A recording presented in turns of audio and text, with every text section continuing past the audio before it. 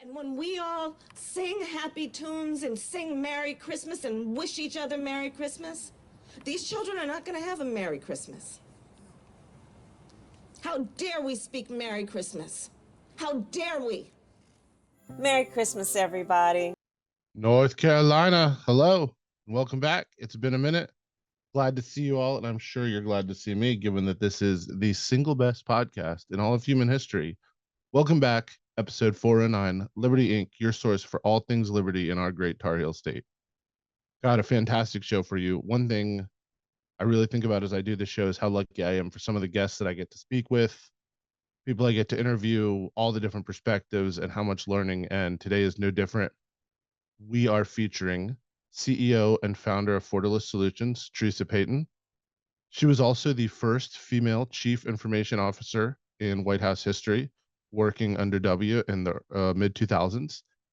She was featured on the show Hunted on CBS, which we will have links to all of this included if you check below or across the screen during the interview, where she used the technology at her disposal to track people down who were running from the law they had picked to do so for this game show. And it is a fascinating conversation on the extent of cyber problems of which we should be aware and concerned about. We look at potential election interference and safety, personal safety, some examples of government overreach and what you can do about it, along with Teresa, the chief operating officer, Bridget O'Connor, Fortalus Solutions. I happened to go to high school with her, and she may or may not tell embarrassing stories about me. You'll have to watch to find out. Before that, we have a video from Bob Drach, who is our auditor candidate, by far the most qualified person running in this race. It's personally almost offensive that the Republicans and the Democrats keep pushing their respective candidates. Neither of whom has any business being state auditor, but here we are. Hashtag fire the uniparty. And then, as always, Dub and Groo talk sports. Since this is coming out a couple days late, let's see what they got right in their Panthers predictions. Communications at lpnc.org if you want to send hate mail, comments, feedback. Remember to like and subscribe. Have a wonderful rest of your day and enjoy.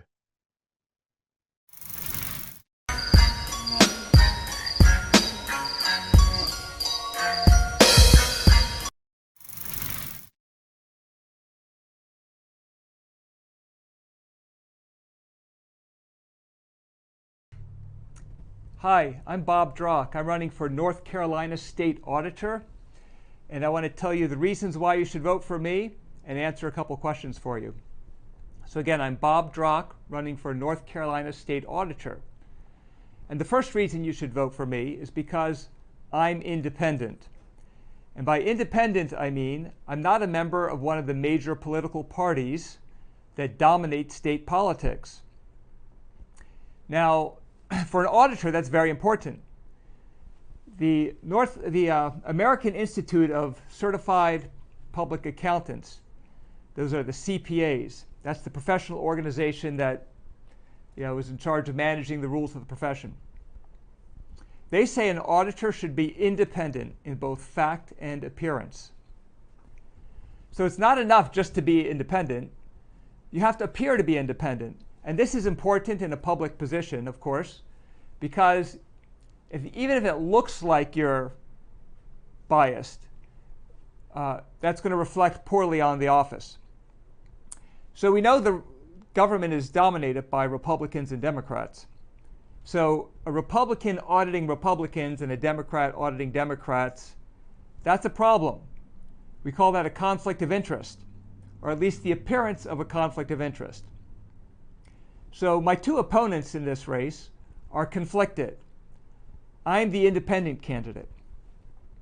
The second reason to consider voting for me is that I'm the qualified candidate. And this is crazy, but the other two candidates are lawyers and politicians. They are not accountants. In contrast, I'm a certified management accountant, a CMA. That means the Institute of Management Accountants, another professional organization, put together a five-part exam on all the body of knowledge that that a management accountant requires. I passed the exam, and I followed up with them over the years to maintain my continuing professional education or report on it. None of the other candidates have done that. Now, you would think an auditor should be an accountant, right? If you've got a tax problem or financial reporting problem, you go to an accountant, not a lawyer. So it's a pretty big deal. In fact, it's been said of one of my opponents by a former auditor that she doesn't have a clue. And we'll talk more about that later, but it's obviously a problem. And I'm the only candidate that can address that problem. In addition, my qualifications include a business degree from the Stanford University Graduate School of Business, which is one of the leading institutions in the country. I've managed professional organizations the size of the state auditor's office. I was an accountant or a consultant with Deloitte. Deloitte is one of the major public accounting firms in the world. And they have an audit practice, a consulting practice, and a tax practice. I didn't work in tax or in audit. I worked in consulting, but I worked with partners in tax and audit, and I understand the requirements of those positions. So I've got a wealth of professional experience and qualifications for the job. The third reason to consider voting for me is the scandal in the state auditor's office. And some of you may have heard about this, but last year, the last elected state auditor was found to have ethical problems. She misused state assets.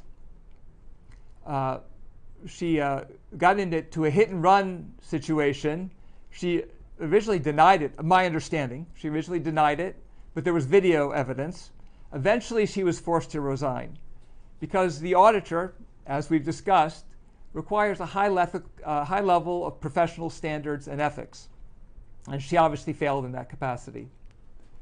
So she resigned, and then in December was replaced by a political appointee. So there's several problems here. You've been in an organization where there's bad leadership at the top. That permeates the organization. The morale of that office has to be difficult. And it's not an easy situation for the new political appointee to try to manage. In fact, if you look over the last 6 months, the staffing in the state auditor's office is down to 120 people. That's down from a while ago when it was up to 150 people. So staffing is down by about 20%. If you look at the output of the office in terms of the audits that have been published on the state auditor website, that's down by about 20% in the last 4 months. So there are obviously problems in the state auditor's office, and they're having difficulty performing their public function of discouraging or preventing and reporting on waste, fraud, and abuse in the North Carolina state government. So the answer to these problems in the state auditor's office is to bring in someone who's qualified, who's independent, and has the professional experience to turn around the office of the state auditor. So I would submit these 3 reasons: independence, qualifications, and fixing the problems in the state auditor's office. These are the reasons to vote for Bob Drach for the North Carolina state auditor. Now, I've been asked several questions as I've been campaigning, and I'm just going to restate those questions for you and answer them because you may have the same types of questions. The first question I have is, why are you running? So the reason I'm running for state auditor, it goes back to when I turned 18 years old, and I had to register for the draft. This was right during the Vietnam era, right after the Vietnam era, and the draft wasn't mandatory, but I had to register. And I thought hard about the people I knew that had gone to Vietnam, and I thought about my responsibility as a citizen. Right? Would I go to Southeast Asia and kill people I didn't even know because the government told me to do that? Well, you know, I may have done that. I registered for the draft. But I also did two other things. I registered to vote as a Libertarian. Now, the Libertarian Party believes in the non-aggression principle. That's basically don't hurt other people. And that was consistent with my values. The second thing I eventually did is I joined the United States Peace Corps. I believed in national service, but if I have a choice, I'm going to serve in the name of peace, in education and cultural exchange with the U.S. Peace Corps. So that's what I did. I served for 2 years as a science professor, science teacher in the secondary schools in Tanzania, in East Africa. So I've had a good professional career. I've been a professional accountant. I've been the CFO of an organization, the president of several companies. My last job was the chief information officer of a large privately held company. So I understand information technology, which is very important in the accounting profession. And I want to bring those skills and that experience to bear again in public service, serving as a state auditor. And I appreciate your vote for Bob Drach for the North Carolina State Auditor. Another question, of course, is why state auditor? Why not treasurer or another role? Well, I've mentioned my professional qualifications: a certified accountant, working over 4 years for Deloitte, a master in business administration from Stanford University, and great professional experience. That lines up best with the Office of State Auditor. In addition, we talked about the problems in the office, and I'm uniquely positioned to solve those problems. So I'm the best candidate for the Office of State Auditor. I would do a very good job in that role, and so I'm pleased to run for that office and to try to serve my community in that capacity. The next question I have here is what makes you better? What makes you better? Well, at the risk of repeating myself, I'm independent. There's no conflict of interest. I'm qualified. I'm an accountant. I'm a certified management accountant. These are the two things that are required to fix the problems at the Office of the State Auditor. So again, I'd ask for your vote for those reasons. Sometimes I'm asked, why a libertarian? You know, why not run independent or run one of the major parties? Well, the main reason for being an independent, or for being a libertarian, is the values of libertarians line up with my values. I've already told you about the non-aggression principle. Don't hurt others. Other libertarian values include the belief in natural law. Right? Thomas Jefferson, when he wrote the Declaration of Independence, he said that, you know, we believe these truths to be self-evident. Well, that's referring to natural law. Also in the Declaration of Independence, he talks about civil liberties. So natural law, civil liberties, these are core values of libertarians, and I ascribe to these. A second reason for being a libertarian, we've already discussed the importance of being independent. And Republicans and Democrats can't be independent in a government that's dominated by Republicans and Democrats. So by being a libertarian, I can be the most effective in the role of state auditor. A third reason is it's just an advantage in North Carolina to be affiliated with a political party. Now, it's true that 40%, the biggest block of voters, 40% of voters are independent, or either, what's the word we use in North Carolina? Unaffiliated. 30% are Republican and 30% are Democrat. So it's the largest voting bloc, but it's very hard to get on the ballot as an unaffiliated. The Libertarian Party is the third largest political party in the United States. It's in almost every single state, and it's the third largest political party in North Carolina. So it's a natural place for independent voters, independent people who want to serve state government, but aren't completely aligned with either the Republicans or the Democrats. So I'm pleased to run as a Libertarian, as an independent.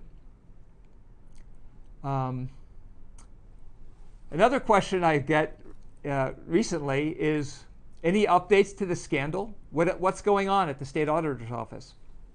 So I'll answer that. Let me take another drink.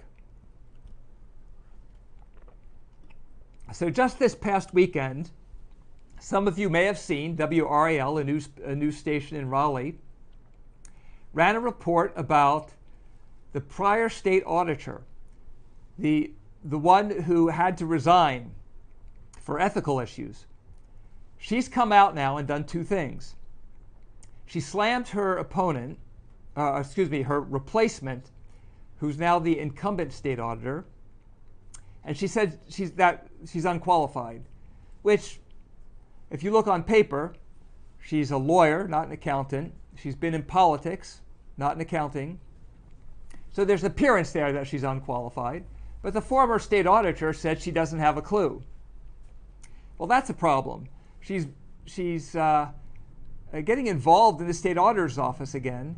It just shows a lack of judgment, and part of the reason she had to resign. And it doesn't reflect well on either of the two.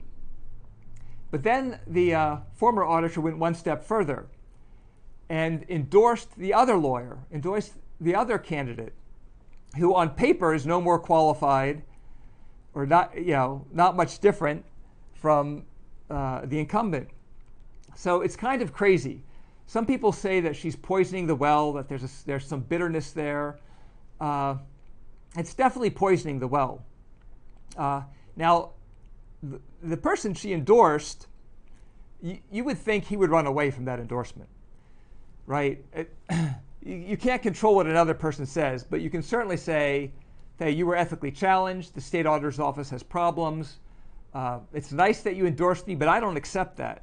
I'm running to be independent, apolitical, which is my position. But of course, that hasn't happened. So you really just got a huge mess in the state auditor's office. Really, the only pathway out of this mess is to find the independent, the qualified candidate who's got experience in managing this type of organization, and see if we can restore the reputation and the integrity of the Office of State Auditor. So I appreciate you listening to these reasons for electing Bob Drach for North Carolina State Auditor. People have asked me, how do we get in touch with you, Bob, or how do we learn more? Well, the first thing is my website, which is www.electdrach.org. No spaces there, electdrach.org. Or you can follow me on social media. I've got an account on X or Twitter, now called X. It's Elect Drach. You can find me on Facebook, Elect Bob Drach for North Carolina State Auditor. I've got a LinkedIn account, Bob Drach, and you can find me on Instagram as well.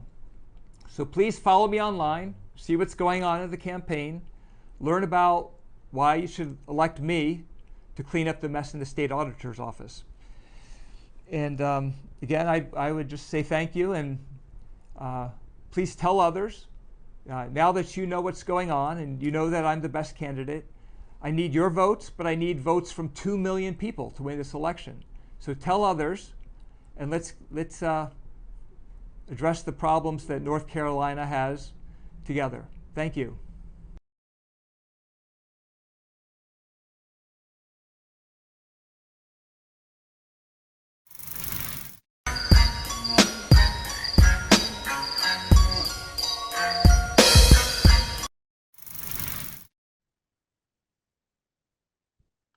Hey, what's up, North Carolina, and all liberty lovers across the world, all 12 of my fans. Welcome back to another, I'm assuming, perfect episode of the single greatest podcast in the history of humanity, Liberty Inc., your source for all things liberty in our great Tar Heel state. As always, I'm stoked. I don't know how I find these amazing guests. I guess they just, well, the first one can't claim not to know me. She knew what she was getting into. So I want to make sure I pronounce this right. Is it Bridget? Bridget. Yeah. Bridget O'Connor, believe it or not, has been a friend of mine since high school. We have stayed in touch. Bridget was a former special assistant to the president under W at the White House, former senior advisor to the Office of Personnel Management, former director of White House Management, a manager at Booz Allen Hamilton, and is now the chief operating officer at Fortley Solutions. We have known each other for Did you do the math? I hope you did. 31 years. Oh my gosh. That's So big question, why did you agree to do this with me? I don't know. I'm scratching my head. I know we met freshman year. Rob and I had a lot of the same classes. And I do have to tell a story because I would be remiss for your listeners. Since Rob and I had a lot of classes, that's really how we met, and we just struck up a friendship. But one in particular stands out. I think it was a European history class, which was just enthralling to begin with. We were sitting in the back of the class because that's where we were. Big surprise. The teacher had a film strip. Now, for you young kids out there, film strip. I think go Google it so you know what it is. But the I'll lights put a picture are out on the screen. Yeah, and I'm sitting there and I'm like, why do I smell cigarettes? And I turn around, and because the lights are off, I see the glow of the cigarette. It's Rob smoking in the classroom. This goes on for a good 5 minutes. The teacher's at the front. I'm not going to say anything. Rest in peace about the teacher. Very nice man. But it takes a long time for him to and he's like, and he just starts going like this. It never occurs to him that it's Rob. It's literally smoking an entire cigarette in the back of the classroom. And he never questioned whether or not somebody was actually literally smoking in the building. I think he thought it was somebody outside the window. So hashtag become ungovernable. Yes, exactly. So, needless to say, Rob and I hit it off from there. And yep, we've known each other since high school, stayed in touch, went to the same college of George Mason. Yeah, so a little bit about me. I think you already went through my professional bio, but I met Teresa through the White House experience. And that was an interesting, and I'll just quickly tell that story because it is a really good one too. I was asked by my boss at the time to, they had an opening for a chief information officer through the executive office of the president. So these are the folks that do all the support services. And it was a, appointee position. And he came to me and he said, I really want to hire an up and coming IT executive from the private sector, female. So off I go, searching, and Teresa Payton comes up, and she's I think you were at Bank of America at that time, if I recall. So I'm like, okay, let me get this phone number. And I call, and her assistant answers. And I said, oh, hi, my name is Bridget Sheedy. I'm calling from the White House. There's this pause. Like, huh? Uh-oh. Like, probably first, uh-oh. Yeah, may I please speak with Miss Payton, please? And she's like, please hold. And it felt like an eternity. It was probably only a couple of minutes. And she comes back finally and puts Teresa on the phone. Little did I know that Teresa said, she came in, she was like, I don't know. They're saying it's the White House, but caller ID says unknown, and all the White House numbers are blocked, so you can't see it. And she's like, I don't know. It seems kind of suspicious. And Teresa's like, really? I think you were in another meeting or something. And Teresa luckily takes the call. And from there, she was in Charlotte at the time. She had 2 kids at the time. One was a baby. And we said, will you come up to the White House and interview? And, bring your husband and bring your kids. And so my boss comes out and he says, because at this time I'm an admin assistant, he goes, it's your job to make sure she says yes. And I was like, okay. So we're doing the West Wing tours. We're going to the Marine One tours. I'm playing with her kids, telling her husband it'll be okay if she commutes up to Charlotte, even though I'm like, Yeah, it'll be great. You'll commute to DC. And I'm like, I have no idea how that would work, but yeah, it'll all be great. And luckily she says yes. And that was the beginning of our friendship. And then obviously professionally, we worked together, even though we were in different roles through that time. And then she called me one day and said, I'm starting a company and come work part-time. It was only part-time for maybe a month, right, Teresa? I think we started getting clients pretty quickly. And it went from there. So I've been with Fortalice now its entire existence. So we're at really just hit our 10 years in business. Congratulations. Thank you. And it's been a wild ride, you know, ups and downs, a small business. Living through a startup experience has been amazing. And you know, every day is different. Our clients are different, and then we'll talk about that a little bit and some really cool stories. But it's been definitely an experience to have a company that really started out really strong because of the brand presence with Teresa, the way it resonates with a lot of the clients, that her being the first CIO at the White House, bringing that to everybody has been tremendous and a huge indicator of our success. So, you know, I think with that, you know, that's it in a nutshell, how I came here. And yeah, I'm surprised we're still friends, Rob, but maybe not after this. So, Rob, okay, we need to give credit where credit's due. So I want to remind people the time frame Bridget is looking for me.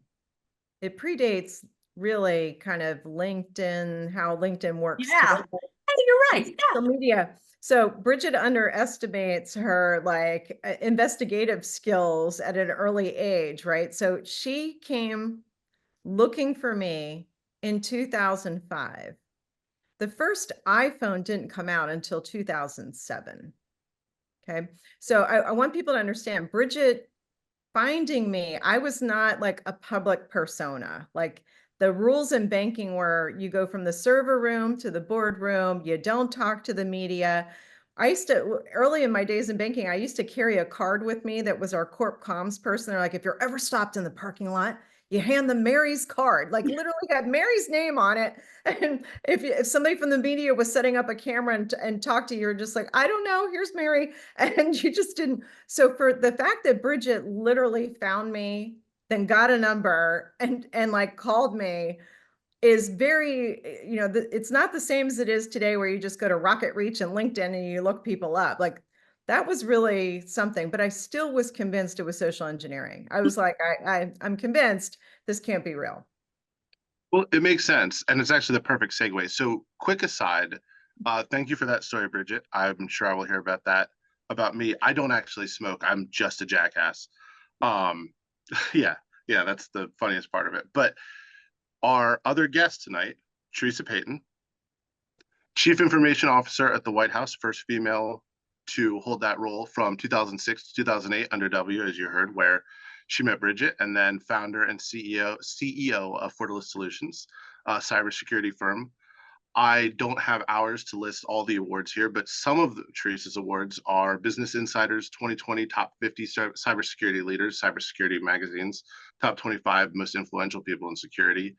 One of the 100 Most Influential People in Cybersecurity, Woman Cybersecurity Leader of the Year, Distinguished Woman in STEM from the Girl Scout Cybersecurity Crusader of the Year. We hear a lot of talk about quote unquote experts these days. The expert said. I am very proud and happy to have a true veritable expert on cybersecurity, and I'm excited to dive into some of this stuff. Teresa is also the author of, put it in front of the mic, Manipulated, a whole book on how I don't know if it's cyber crimes, but cyber manipulation, digital manipulation was used to move the elections in a certain direction. And we're going to get into all that, but Teresa, thank you so much for coming on. You want to give a little bit of your background? Sure. No, thanks. And Bridget, thanks for that. That's always a fun story. You know, kind of our origin story, so to speak. You know, just like the Avengers, how they have their. I'm a huge Avengers fan, as you know. I mean, we are actually the original Avengers. I don't know if you know that, Rob. It's different tools and skill sets, but Jean yeah. Grey and Rogue. Oh, I guess that's X-Men, but that's X-Men, but there's a crossover coming. Yeah. So you're good. I mean, they're all part of one big happy, unhappy, dysfunctional family, right? Just just like all families. Just like America. Yeah. No, but thanks for having me on. I've been looking forward to this, especially to be able to kind of join you and Bridget and just have a really great conversation. And you know your listeners the best, Rob. So I can't wait to hear kind of what questions you think might be on their mind and try to help people navigate sort of these times, right? There's a lot of uncharted waters ahead. And so the best way to get through uncharted waters is to take past experiences and then look forward and look at the stars and just, put good people around you and just try to focus on what's ahead. So just a little bit about my background. You already heard some of it from the White House, but spent 16 years in the financial services industry. Really fortunate. It's not kind of what my original plan was. I always say, each one of these chapters in my life is really a God thing. My husband went to the Naval Academy, got his orders. And when his orders came in, I was in graduate school at UVA. And he called me, he said, guess what? Orders are in. And I said, okay, where are we going? Going to Hawaii or Los Angeles or Washington, D.C.? He goes, no, even better, Mayport, Florida. And I'm like, where am I going to work? So I'm literally applying for jobs, Rob, like nobody will hire me. I can't even get a job as a shoe store manager at the mall. Economy is not great. Things are not going great. It's 1990. I'm sitting in the lab at UVA. Everybody else has a job except for me in our program, in our master's program. And I'm literally just applying for things. Back then you could fax your resume in. For those of you who don't know what I'm talking about, just look it up. It's good to know how to look things up. It's right next to the film reel thing on Google. It's a little bit more modern and still around. But yeah, and I was going to the post office and mailing resumes in, and I'm sitting there in the lab one night and one of my classmates said, Teresa, I just feel like a job's going to come. She's like, would you ever want to work at a bank? That sounds really boring, but would you? I'm like, Sarah, I just need a job. Like, I just got to get employed. And she was like, you know what? My friend's husband works in finance. What did I call him? So she calls him and he goes, wow, her background sounds great. Because my undergrad was I had a double major in econ and business administration. I had 2 certifications, one in computer science and one in business management. And so he's like, hey, why don't we have a phone call? So I have this great phone call with Steve. We'll talk about Steve in a minute. And it's incredible. And he's like, you know what? We're going to send you a plane ticket. When can you come down? Don't worry about your expenses. We'll put it on the bank. And I'm thinking, well, already this sounds really great. And he said, we'll have you come down and interview. And so I go to the library because if you wanted to research the company you were going to interview for, back then you had to go to the library. And so I went to the library to look at the annual report for Barnett Bank. And as I'm making notes to get ready for my interview, I'm flipping through to look at the leadership team. And I realized Steve doesn't just work in finance. He's the CFO of the entire bank. Oh, wow. Whew. And so my friend Sarah had a college roommate named Sarah who had married Steve.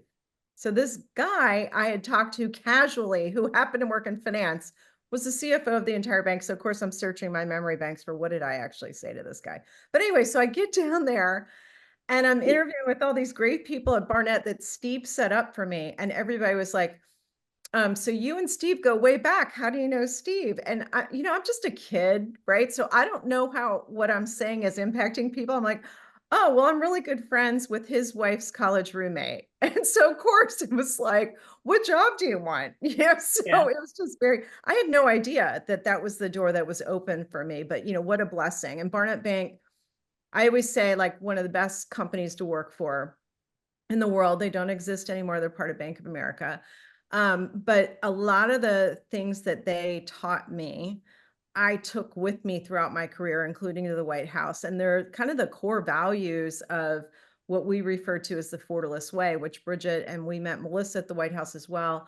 So we're a female leadership team. And a lot of those core values are things that I learned are actually possible in a publicly traded company, that you can still be faith-based and morals-based and know what your due north is and actually say it out loud to your employees and say, this is who we are and this is what we stand for, and be accepting of everybody, but say, you know, in accepting of everybody, you can't undo the moral compass, which always has to point north, right? And so that's just really kind of set the stage for where you know, I've navigated to today. And you know, I am so blessed because I've met people like Bridget and Melissa along the way, my husband, and other just really great people who, in my opinion, I'm a better person because of them, because they value differences. They're not afraid to, through love and only wanting the best for me, to push me to be a better version of myself. And I think, you know, that's all that one can really ask for professionally and personally. So that's awesome, and that's awesome to hear. I feel like it's interesting.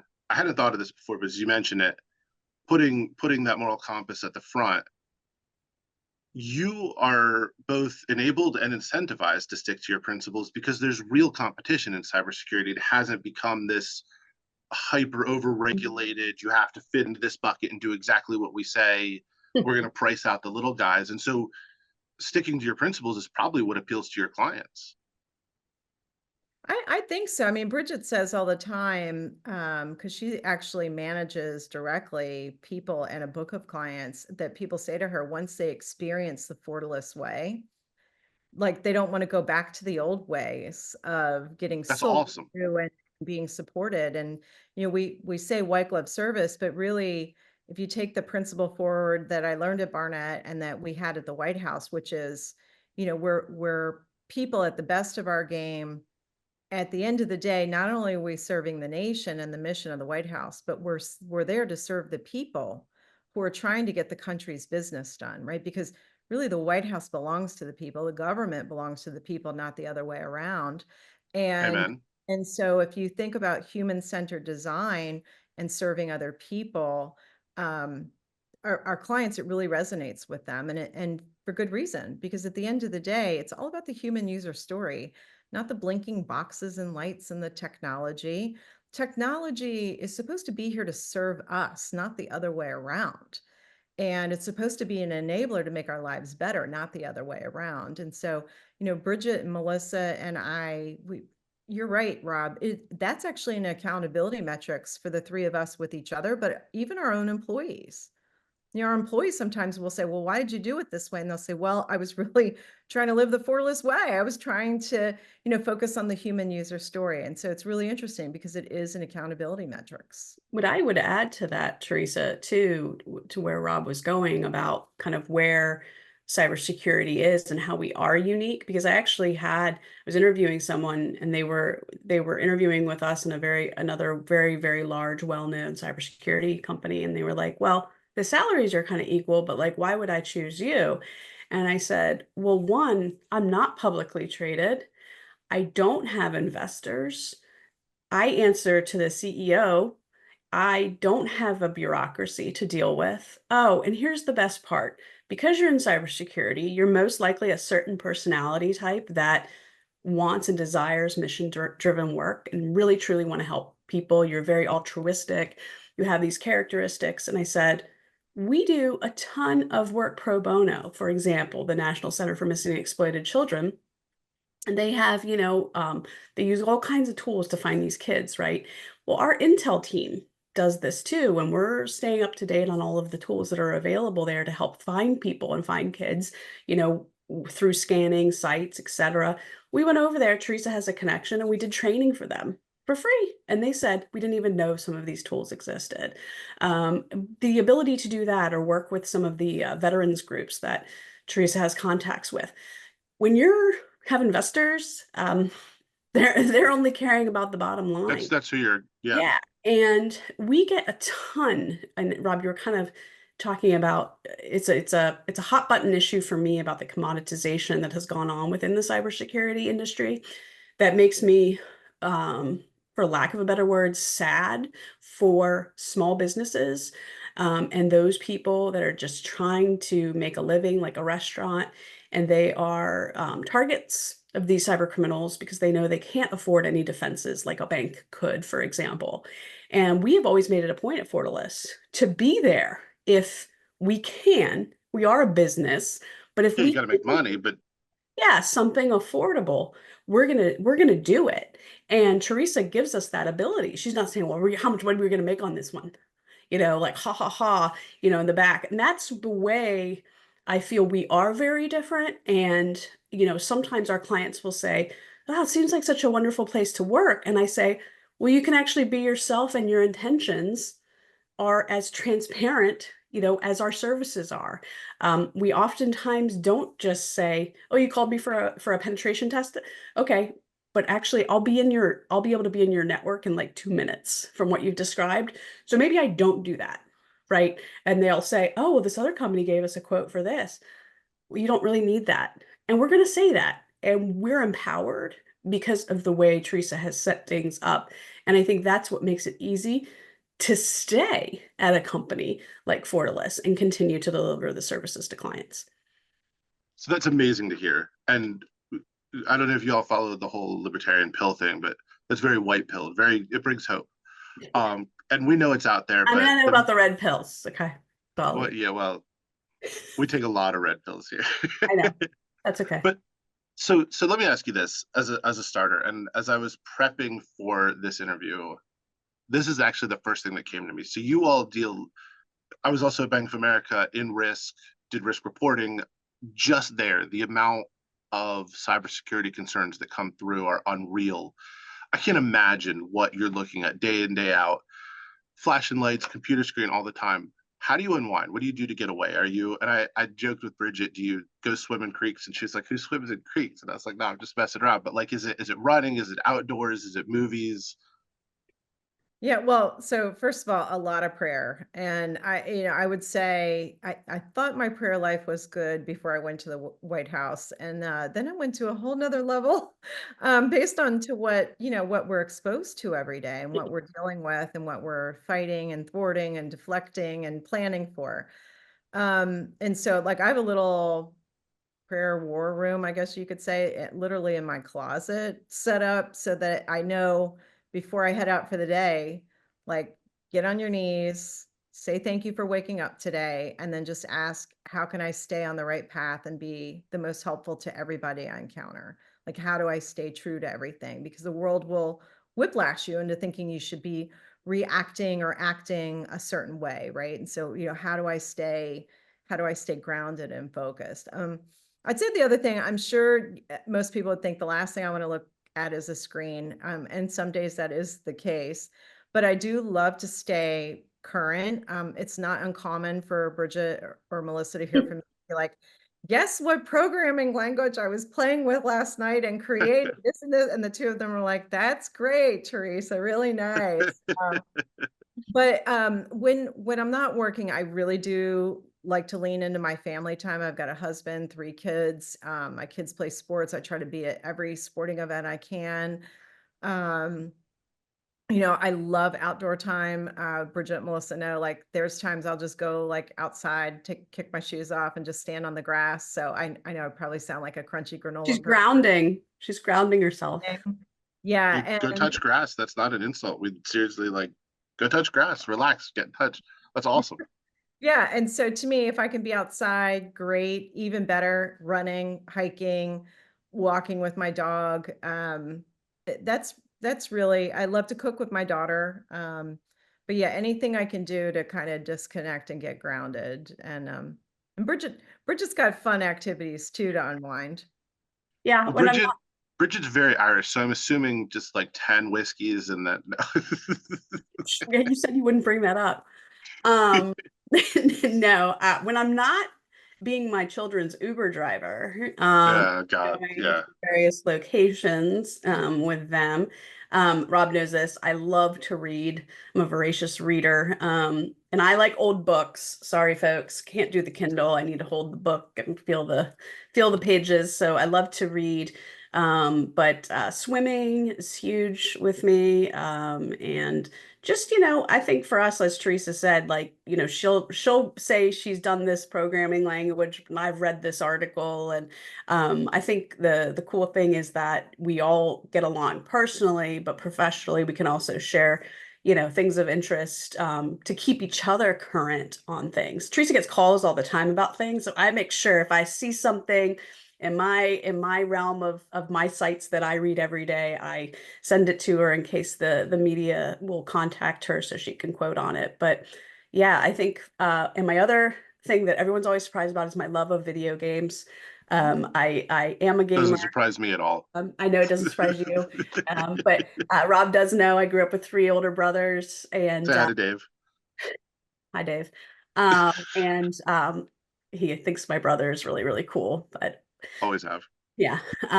But yep, I love playing video games, which is great because I play them with my son now. So yeah, it is hard though. I would say Teresa, would agree. Some of the cases we get, particularly on the Intel side, sometimes are emotionally, draining. But I think again, we're able to kind of pull through in terms of the help that we can provide to someone, or to make sure that they get in touch with someone who can help them. Well, that's the thing that really jumped out as I was thinking about this and came up with that question is like, you probably can't talk about a lot of this stuff, but like, you can't talk about it. Like, Yeah. It's just there, just riding you. So how do you get that out? I'd never shut up.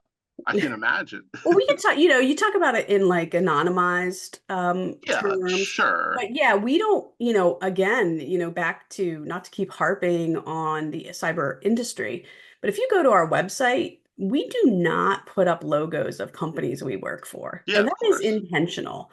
But a lot of our competition do. And I have always found that, I'm surprised when people are looking for a cybersecurity company. It's like, have you really thought about what you're asking this company to do for you? Because if you did, I want somebody who can keep their mouth closed. And as Teresa said, we're professional secret keepers. So depending on the level of work that we're doing, to your point, there are things we're going to see and be able to give you advice on. But I think for us, the hardest part is not being able to sometimes say very specifically who it is, because I do know that sometimes a client may be like, oh, wow, you did work with them. And be able to be okay with using a small business versus maybe a larger company that a board member is familiar with, for example. My background is comms, marketing, and PR.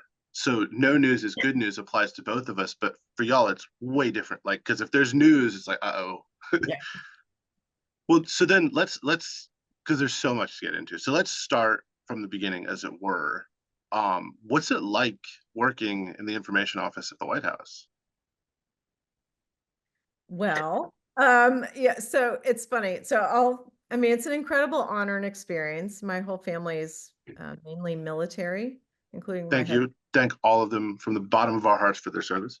Yeah, no, I know you mean that, and I will definitely tell them that. And then some, and law enforcement is kind of the other career in the family. And it's high stakes, it's very fast paced, it's lots and lots and lots of different priorities and topics. So the vice president's office thinks they have the president's #1 priority, and the president's got his #1 priorities. And then there's 13 components that make up the executive office of the president.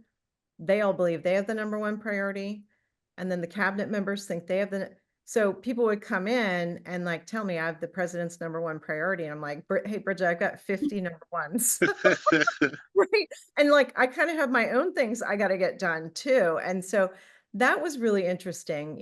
Obviously, thankfully during our tenure, we certainly had, here, and everybody has their own share of crises and near misses, but we didn't have, what's considered a true breach of our systems, resulting in any kind of decline in national security. So thankfully, during our tenure there, and I always say to people, it's skill, it's forethought, it's planning, it's resiliency plans, and luck. And anybody who tells you that there isn't some luck involved in coming out the other side unscathed, has a lot of hubris and an awfully big ego. Because some of the best and the brightest, it's just a thin space that gets taken advantage of. And for some reason, your different traps that you set, assuming you will be compromised. So then you set these different traps to try and catch a compromise. You could have a really bad day where none of those traps get triggered. And so sometimes you literally get lucky, and that's why you didn't have your absolute worst day of your career because of that. So, but I learned so much about thinking, sort of that forethought and resiliency. I feel like the country really invested a lot in me. And, when I went through the job interview process, it's like no other.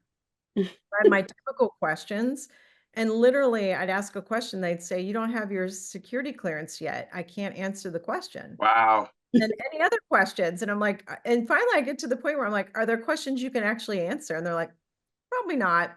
And Like, so where's the bathroom? How do I get outside? Yeah. I mean, yeah, other than like that kind of stuff, like go to this gate on this street, right? I mean, literally, Wow. it was a leap of faith for me. And there were even parts of my job, even when I got in and had my interim clearance, that I didn't have clearance to know. So certain things were my responsibility, and I literally didn't have a clearance to know. So I learned a lot about myself and how to create really operational processes and systems in a different way to sort of that trust but verify, to use a Ronald Reagan phrase of, you've just got to hire really good people.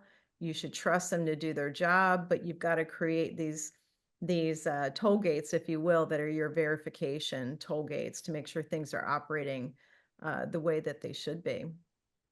So you hire really good people. That's an interesting point, Bridget. Let me follow up on this question with you, and especially as you're looking at bringing Teresa on board in the White House. One of the things that always stood out to me reading the risk reports of the Bank of America is their system is unreal, like layers and layers and redundant. Like, Yeah. But one person clicking the wrong link can bring it all down. Like, people are always the weakness. So how do you think about that? What's going through your head as you're processing, like, people are really the critical element in putting the system together well? Well, I'm going to say what Teresa always says. I'm not into victim shaming. Okay, Rob. Yeah, and but actually, that's really valid. I mean, I will agree with you. However, one of the things that we really emphasize at Fortalice is to try not to blame the user, in that we feel the threats are constantly evolving, the techniques are constantly evolving, the threat actors, they're coming from all different angles, and they sometimes they make it appear that they're after this, and it's really a diversionary tactic. I mean, we're talking about two different types. You're talking about nation state, and you're talking about, just individuals that are looking to make a quick buck, right? But if you think about it, they're always going to come from a different angle. And from our perspective, the thing that is lacking the most is education. And I don't mean, oh, come to your annual security awareness training, click through real fast and get your certificate. Our problem is that the information is not updated. It's not being presented by true experts. And that's not a pitch for us. I'm just saying, you said it earlier, we see the events, we do incident response. And let me tell you, they're getting pretty clever. And we're not talking just about they're coming in through maybe a vendor into, like, for example, the bank. It's like third and fourth down the road of how they're getting in, and it's getting very clever. In fact, to your point about kind of the people are, involved, one of the things that we say is that personal email compromise is the new business email compromise. Business email compromise is the largest, I think, Teresa, still, I know it was last year in your trends and predictions, but it was the largest, entry point for these cyber criminals was through business email compromise. What people aren't realizing is, as we become more and more remote, and we're not going into offices, and people are at home and they probably are connecting to their own Wi-Fi, doesn't have security on it, that's a whole other entry point into these corporations, just sitting right over here. So you better hope, that you've got all of this taken care of. So I would say the human element, Teresa says it best, human-centered design. We have to design for those people. We have to make sure that they know that they're constantly trained, that they can't just scoot through this training, and they need to be prepared. And the people that are at the front lines are the people in accounting, the people in finance, because or the people most recently, I'm thinking of like the people in the general counsel's office getting like PDFs, stuff's embedded in those, and they're not thinking anything's abnormal, la la la. I'm just doing my job, right? So to your point about that, I do hesitate to blame people, because I do feel like it's at a lot of times it's like, oh, training, that's we don't need that. But I will tell you, if it's an interactive training, if it's something where it feels very real. So we do a lot of simulations of events. The more real you make it, the better the result, the better the Yeah, engagement makes and sense. participation by the employees. And I think that they want to help. They don't want to be the problem. And I agree with you, because we simulate phishing exercises to try to get in. So we do penetration testing, right? So one of the ways we can try to get in, if a company retains us for this, is to do a phishing campaign. And when we do these, we're gonna try to be creative in how we do this with new tactics. So for example, I remember a couple years ago, it was at Christmas time. So it was a spoof of Amazon. And this poor person at this company must have clicked. He must have been really waiting for this delivery, because he was clicking and clicking and clicking. And the guy's going, this guy's clicked this like 10 Wow. times. At this point, the malware is probably, and It's one of sipping a pina colada on the beach as it's the floating in. Yeah. the company was like, what's the name of these people? And it was very interesting to hear our team, excuse me, say, gosh, I don't want somebody to lose their job over clicking this. And at that point I said to Teresa, I say, we've hired the right people. However, the client has asked, because it is a violation of their security policy, and we do have to let them know who did it. But I thought, what a unique opportunity, right? To say, do you realize what could have happened? They probably have no clue Yeah. how technology works. So sorry, I know that was a long answer. No, it's a good But answer. I hesitate to blame the user in all these scenarios. So you mentioned nation state versus individual actors, and it's something that I think it's the sort of thing that is at the forefront of a lot of people's mind, at least those who are engaged or invested. So you're speaking to a libertarian audience, an audience that is by nature just very skeptical of anything the government tells us. I believe in a limited government, and I'm considered sort of like a communist by a lot of libertarians. But in all seriousness, like, how much should we be worried about those two existential threats, either nation state foreign manipulation, personal surveillance by government, or the direct cybersecurity threats? I know just a few weeks ago, my wife was like, hey, did you pay the credit card? Yeah, we're at a zero balance on everything. Like, turned 40, I stopped carrying credit card balances, and she's like, then why am I getting this bill? What's going on? We're late. And I'm like, do not click that. And she's like, oh yeah, check the return sender. So it's out there, but how much should we be worried? Yeah, no, I appreciate you bringing that up. And also, I love libertarians, because just like the Irish, so Melissa, Bridget, and I are all Irish. So we've actually had people ask, is it a requirement to be Irish to join the company? I'm like, interesting. But We won't say how we mutually connected, what we connected over, right? Because then that might be the problem. yeah, but just like the Irish saved civilization, and that is a known fact. Libertarians are going to save democracy, because you're wired to be skeptical of government overreach and power. So both parties these days in America seem to be against overreach of power on certain vanity issues. And then they seem to be fine with an overreach of government in the name of their vanity issues. And so libertarians keep both parties on their toes. We try. And there's a whole group of Americans in the middle who just want to hear common sense, and they don't want to hear from, radical ends of the spectrum. They want to live in the middle. They want negotiation. They just want to hear common sense on kind of, issues. And Rob, since you read my book, I won't put you on the spot, but I actually talk a lot about how I was raised, and Mhm. and I do call myself a conspiracy theorist from the standpoint of, I you have know, it highlighted.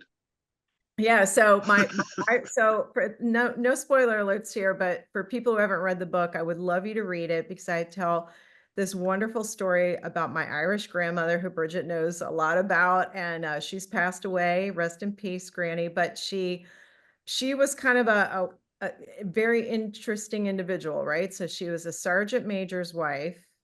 Her father had been in an orphanage and had to buy his and his siblings out of the orphanage.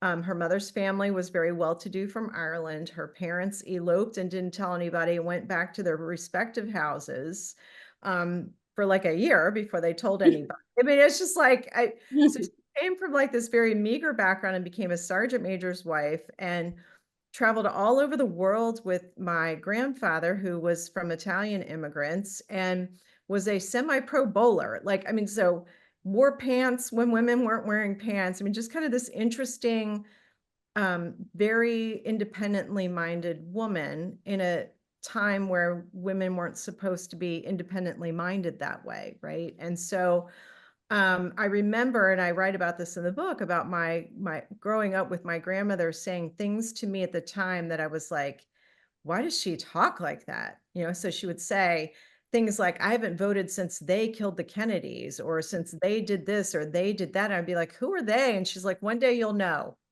And I'd say to my parents, who are they? Who are my parents? Like, we have no idea what she just, we know she reads a lot of books. That's all we know.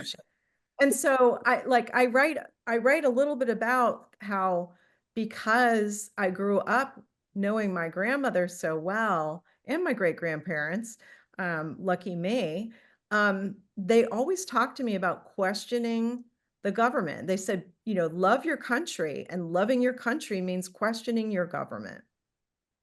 Because the government, just like we question ourselves on our leadership, if you aspire to be a good employee or a good leader, you have to question, am I the best version of myself?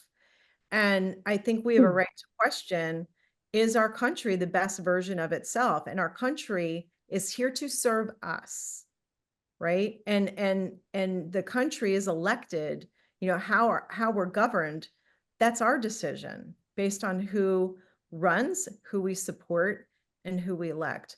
So for libertarians listening to this, thank you for what you do, because your healthy skepticism reminds me to keep my mind open. And so as it relates to what you were just talking about there, I love the opportunities and potentials of technology and what it offers us, Rob. But keeping an open mind, I realize the misuse opportunity is there by criminals and by governments. And so that can be nation states. It can also be, you know, a well-intending government thinking in the name of national security that they're doing the right thing and not really understanding, you know, when you think about throwing a rock in a pond and the ripple effect of that rock based on where you threw it, the velocity of the throw, et cetera, what the ripple effect is going to be. And I think that is oftentimes kind of that well-meaning path that governments go down with technology in the name of national security, not really understanding potential for theft of what's been done, misuse of what's been done, or, you know, as a country, we make mistakes from time to time and we don't always pick leaders who serve us the best, or we pick somebody and that leader is a human being and they're fallible and they don't always make, based on the data points that they have at the time, the best decisions in retrospect. And so the potential for technology to be misused by nation states is real. And Rob, you're right. We should be very concerned about the potential for AI, deepfake documents, deepfake, you know, voice cloning. All of that misinformation and propaganda existed before the technology.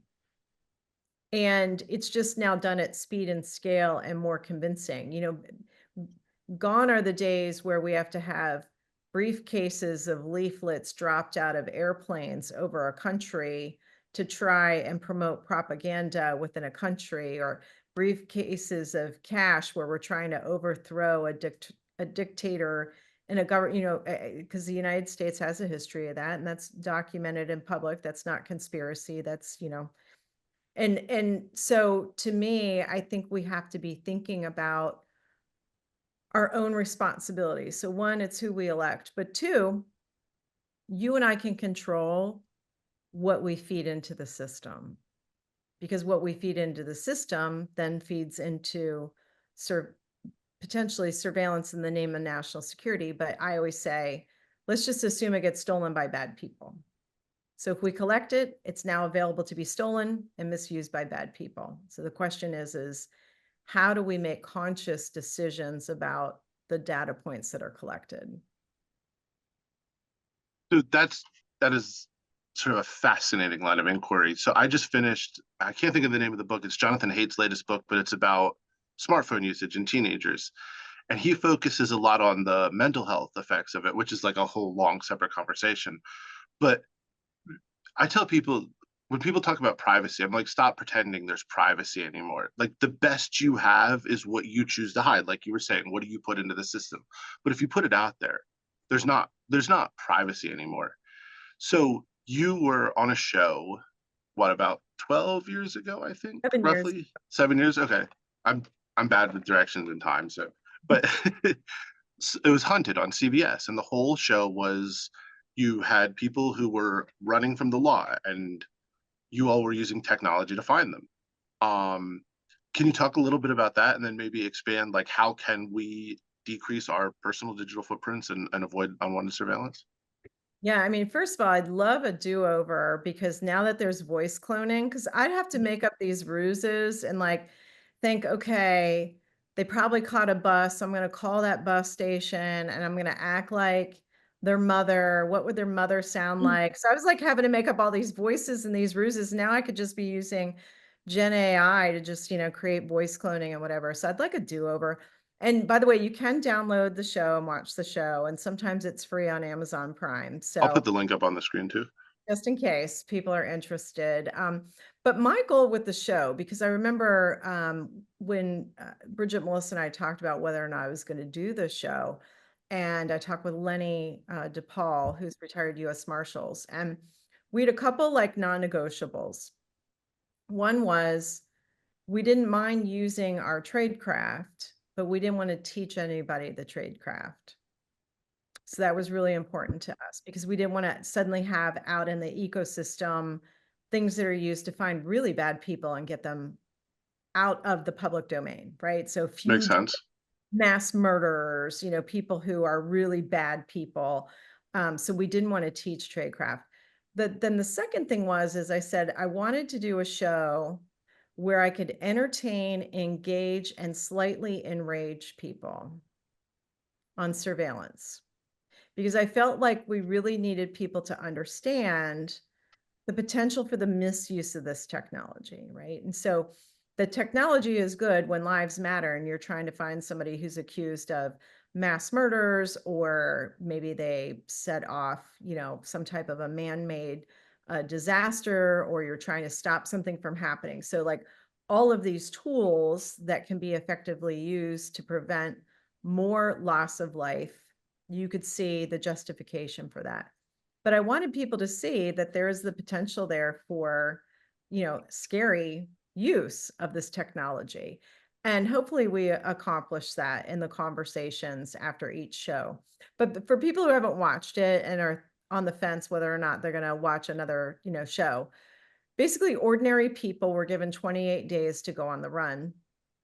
I had very limited resources. Lenny had a few cars and people in the field. We had 28 days to catch people. We were only given first and last name and one photograph of them and the last known address, and they were given a head start. And we, using our current kind of judicial system and process, had to file warrants, we were allowed to do some social ruses. We had limitations. Like I wanted to use like a pet emergency, and I was told that I was a cold-hearted individual using a pet to lure somebody. That's someone who doesn't understand game theory. I approve. I know, right? I was like, I didn't say they were dead. I just said they were sick. I was just trying to pull, but I was told that was a new rule made up after I asked for it. So we followed kind of the same timing and procedures that law enforcement would do in a joint task force, hunting down some of the worst people, but these were ordinary citizens who were trying to win. And at the end, it's a competition. And I remember they ended up throttling us back because we caught so many people on day one. They're like, Teresa, we're not going to have a show. I'm like, yes, you are. You're going to have a show of winners. All the hunters are winners. Zero tolerance for losing. We will catch everybody in 3 days and just make a good show out of it. So they literally created new rules and throttled us back because they're like, Teresa, America loves a winner, which means some people have to get away from you. I'm like, that would be me being a loser. Anyway, it knows my psyche. So, but it was fun, and we learned a lot in the process, and hopefully people at home learned a lot. And what we did is after each show came out, I would post things that people could do to delete their digital footprints, to, not because you're a bad person, but just because you want to take some of your own privacy back. And it matters because you never know. Like, one of the things people don't realize about TikTok and some of the Chinese government surveillance is they just collect data, lots and lots of data, and they'll probably never use 99.9 repeating percent of it. But if they ever want to, it's there. And that's the sort of thing you want to get rid of. I don't want to spoil the show. The thing that jumped out to me the most was the human psychology of it. So, like, again, without using spoilers, don't use your ATM card at a bus station to buy a ticket. Like, if you're the person, hint, hint. And even like if you're at a friend's house, tell them not to let the police in. And if you really want to disappear, get a tent, get rid of everything with an electronic signature, and just go. That's the only way to completely disappear. But the show is awesome. I highly recommend. And I'll give a teaser that's not a spoiler alert, but if you watch the show, you'll know what I'm talking about. Just put this away for everybody. Someone's demise may or may not have involved a Taco Bell. Just saying. I mean, if you're going to go out, because go a out lot of people's right? demise might involve a Taco Bell. Yeah, that's true too. Yeah. Well, But okay, I was going to say, Rob, you asked, about for your listeners too, about, things that they can do. So one of the teams at Fortalus, we have an Intel team, and we actually, we take care of a lot of people through our digital bodyguard program. And like you said, it is what you put out there. However, there are things that you may not think are out there.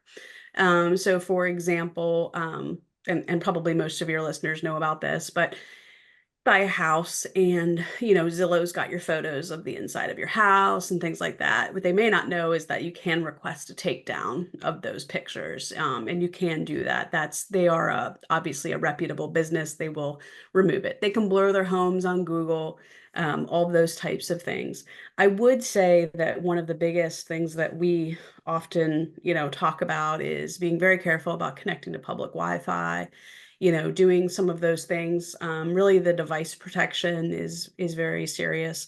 But most of the time when we're protecting people, we find that it's their kids that may have, an Instagram account, things like that, and it's not locked down. Our whole thing at Fortalus is like, we had somebody who came to us one time who was an attorney and said, well, I get a lot of my business through my Instagram. I was like, really? And he's telling me about how he does it. And it works really very well for him, for his type of law that he practices. And I said, well, here's the problem. You're like saying where you are live, and some of your cases are quite controversial. So I think you might want to turn that off and maybe just do it like little things. Post it a couple hours later when you're not on the premises anymore. Turn off your location settings where it says where exactly you were, or stop tagging people. Don't let people tag you. Things like that. Because there was a time, and Rob, Teresa, we remember before. I mean, I remember when MySpace came out, but Facebook only came out when I was in college. And even then, I mean, Rob, what we had pagers. I remember Rob and I had pagers. Oh my gosh. And there wasn't this constant, where are you? What are you doing? And all that data is being collected. You think about cookie tracking online, which is something else that we've been dealing with for some healthcare clients.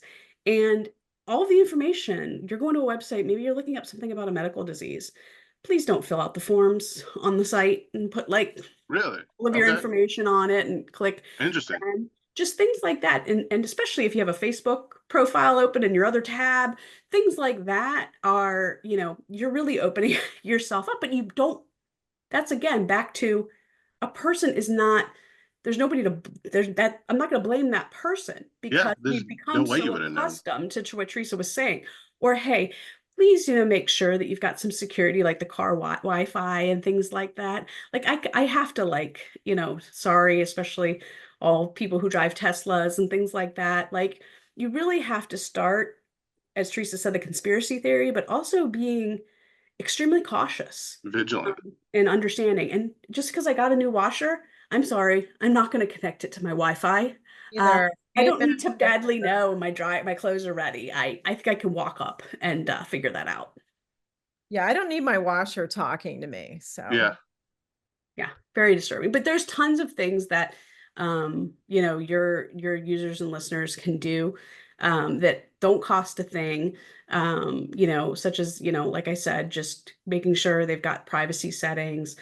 Teresa posts a lot if they want to follow her on Instagram. She does these really cool segments on protecting your phone, like just setting up settings, things that like Apple location. And it's like, here's why you don't want to have that turned on. Also helping, I know you read a book about kids and technology. I'm also very interested in that. I think we all are. One of the things that concerns me is the use of a lot of these other apps with chat functions, and that's how they're communicating, and parents aren't even able to see what's going on. So there is, obviously there's ways to make sure things are kind of locked down and you're able to, again, I know libertarians are going to like that I'm advising to spy on people. However, It's your kids, it's different. if you're going to use trust but technology, verify. Trust but verify. yeah, I worry, because, and Teresa, as you know, several of our cases have involved this and children, and it's very, when you hear the parents talk, if they would have done this, they would have That's known. no parent ever wants to have to say. Exactly. And so that's why I share that, because I want people to be skeptical. I do, like my kids. I mean, my daughter's 13. She doesn't like my stance on phones, and I don't particularly care. You're her parent, not her friend. Exactly. So I told her, I said, we'll be friends later. Okay. So that is very important, because I think a healthy skepticism, and I love what Teresa even says about AI, which I'm sure your listeners want to hear about, but the fact that it's there for our use, and don't give it power that it does not have. And I think that would be the best thing for, for the listeners to understand about when you're putting your information out there, being very skeptical, even from a credit score type thing, getting all the alerts set up, because you just don't know. The scams are rampant. They come from all different directions. Like you even said, what you had with your wife, and the credit card. I mean, those types of things, those are probably never going to stop, but we can make ourselves smarter. So my daughter, very libertarian upbringing, she takes jujitsu and she's a crack shot from under 15 yards. She's got a Ruger Mark M4 threaded, and she's 22. We train a lot. That's separate. That's a whole other type of defense. But so we're talking the personal issue, and it's something that's fascinating to me. I saw this TED Talk a few years ago, a guy who's a professional hacker, and the talk was actually about using hacker principles where they just attack something like, what if I click this twice? What if I click it 3 times? But to unpack the viral genome and ways to stop viruses. But to demonstrate his prowess, he pulled out a machine, did something, and then put every single person's in the audience credit card number up on the screen. Anybody here use credit cards? Oh, good. Yeah, so they're popular and wildly secure. Well, there's new credit cards that you might have gotten in the mail with a letter explaining how it's your new secure credit card. Anybody get one of these? You know it's secure because it has a chip in it, an RFID tag, and you can use these in taxi cabs and at Starbucks. I brought one to show you by just touching the reader. Anybody seen these before? Okay. Who's got one? Bring it on up here. There's a prize in it for you. I just want to show you some things we learned about them. I got this credit card in the mail. I really do need some volunteers. In fact, I need 1, 2, 3, 4, 5 volunteers, because the winners are going to get these awesome stainless steel wallets that protect you against the problem that you guessed I'm about to demonstrate. Bring your credit card up here and I'll show you. I want to try it on one of these awesome new credit cards. Okay. So somebody can, do we have like a conference organizer, somebody who can coerce people into cooperating? It's really, it's by your own volition because, you know, okay, so this is where the demo gets really awesome. I know you guys have never seen, what's that? They're really cool wallets made of stainless steel. Okay. Anybody else seen code on screen at TED before? Yeah, this is pretty awesome. Okay. Okay, great, I got volunteers. So who has one of these exciting credit cards? Okay, here we go. I'm about to show your credit card number only to 350 close friends. Hear the beep? That means someone's hacking your credit card. Okay, what did we get? Valued customer and the credit card number and expiration date. It turns out your secure new credit card is not totally secure. Anybody else want to try yours while we're here? Can you install overdraft protection? Beep. Let's see what we got. So we bitched about this, and Amex changed it so that it doesn't show the name anymore, which is progress. You can see mine, if it shows it. Yeah, it shows my name on it, or that's what my mom calls me anyway. Oh, yours doesn't have it. Okay. Anyway, so when next time you get something in the mail that says it's secure, send it to me. Oh, wait, one of these is empty. Hold on. I think this is the one. Yep, here you go. You get the one that's disassembled. All right, cool. Okay. I was just like, that's how easy it is. Like, it's broadcasting it to me. I don't even have to try for that. You all have no idea how unsecure you are. And that was a changing moment for me. Like, we're just out there, but that's on the personal level. So a few days ago now, the Department of Justice charged 2 Russian state actors for supposedly buying media. They're presuming it's Tenet Media with Lauren Chen, implicating lots of big right-wing influencers. Tim Pool's on the list. Obviously, we see this on the other side. If you read Teresa's book, there's a part that is like jaw-dropping. And you can't even get into all of it, but you found a guy whose entire job was to orchestrate a concentrated, deliberate goal, like Bridget, you said, a mission-oriented misinformation campaign. So I guess my first question on that is, like, how much does that really go on in terms of there is someone backing a campaign like this, as opposed to just the general, like, something went viral, it's not really true, Community Notes is taking care of it?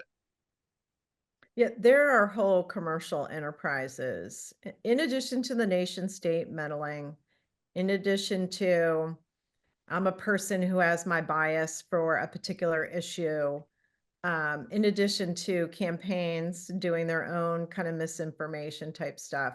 There are whole commercial enterprises that make a load of money because there's a couple of things. One, social media algorithms give you more of what you came for. Why? Because you are the product. The more time you spend on their platform, the more money they make through ad revenue. It's math at this point. And so I always tell people, the internet will give you more of what you came for. So I purposely ask the internet for prayers and rolling pandas because it's really hard to have a bad day. You get inspirational prayers and rolling pandas. I'm just saying.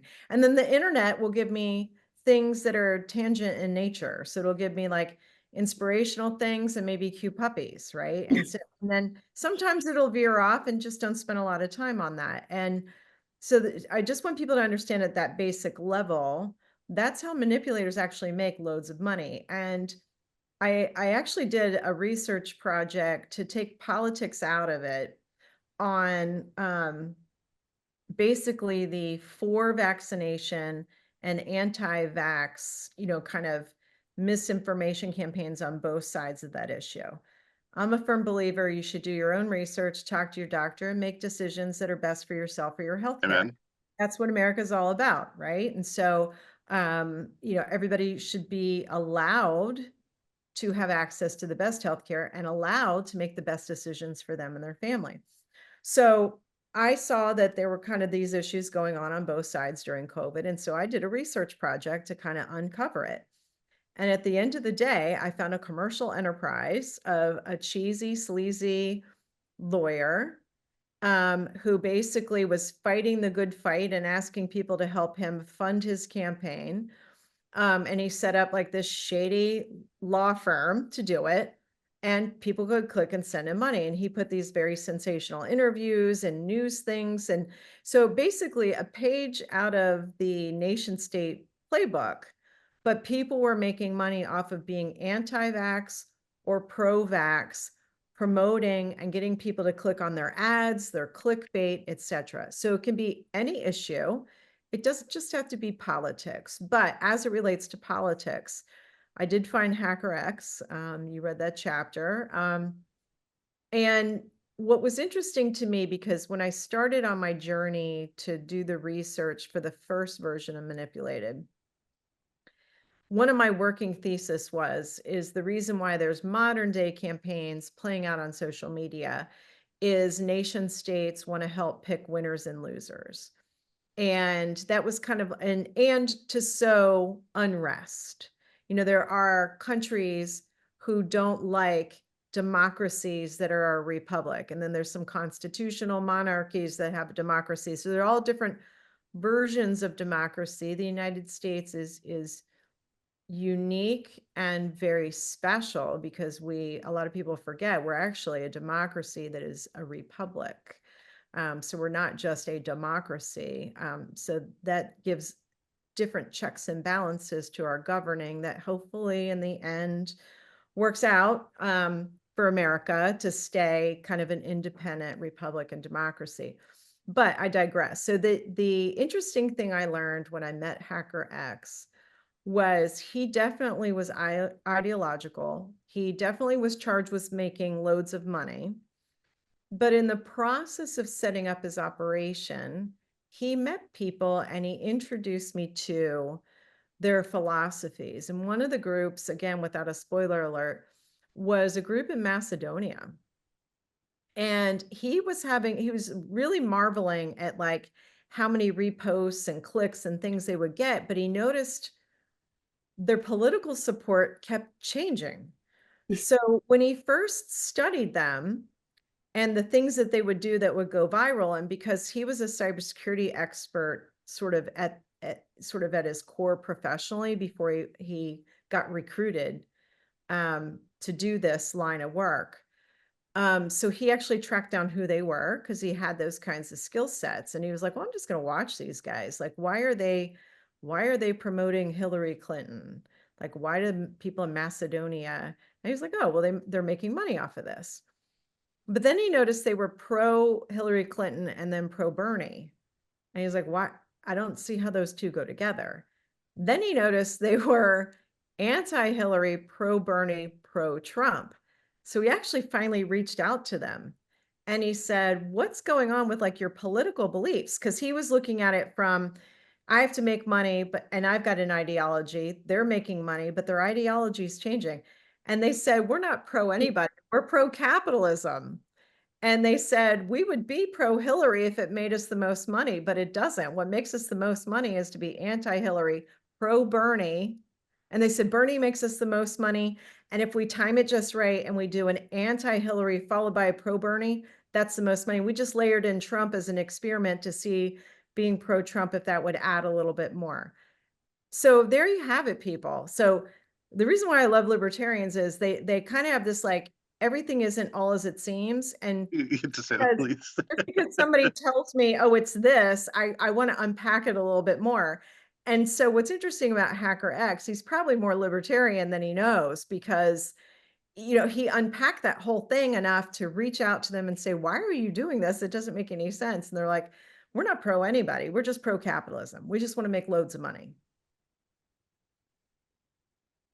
Again, I encourage everyone listening to read the book because this part is fascinating. But Bridget, let me follow up with that with a question for you. So I've long stood by the notion that it's not that politicians lie, it's that they have no fealty to the truth. If the truth benefits them more, they're going to tell the truth. It's much easier. But they live in a subjective world. It's probably why postmodernism is creeping in so, but that's a whole separate. but what are the hallmarks of these misinformation campaigns? Because they're riddled with truth sometimes. Sometimes they can be pure truth that dovetail into something else. Like, what should we be looking for to like, no, okay, this one really warrants a deeper dive?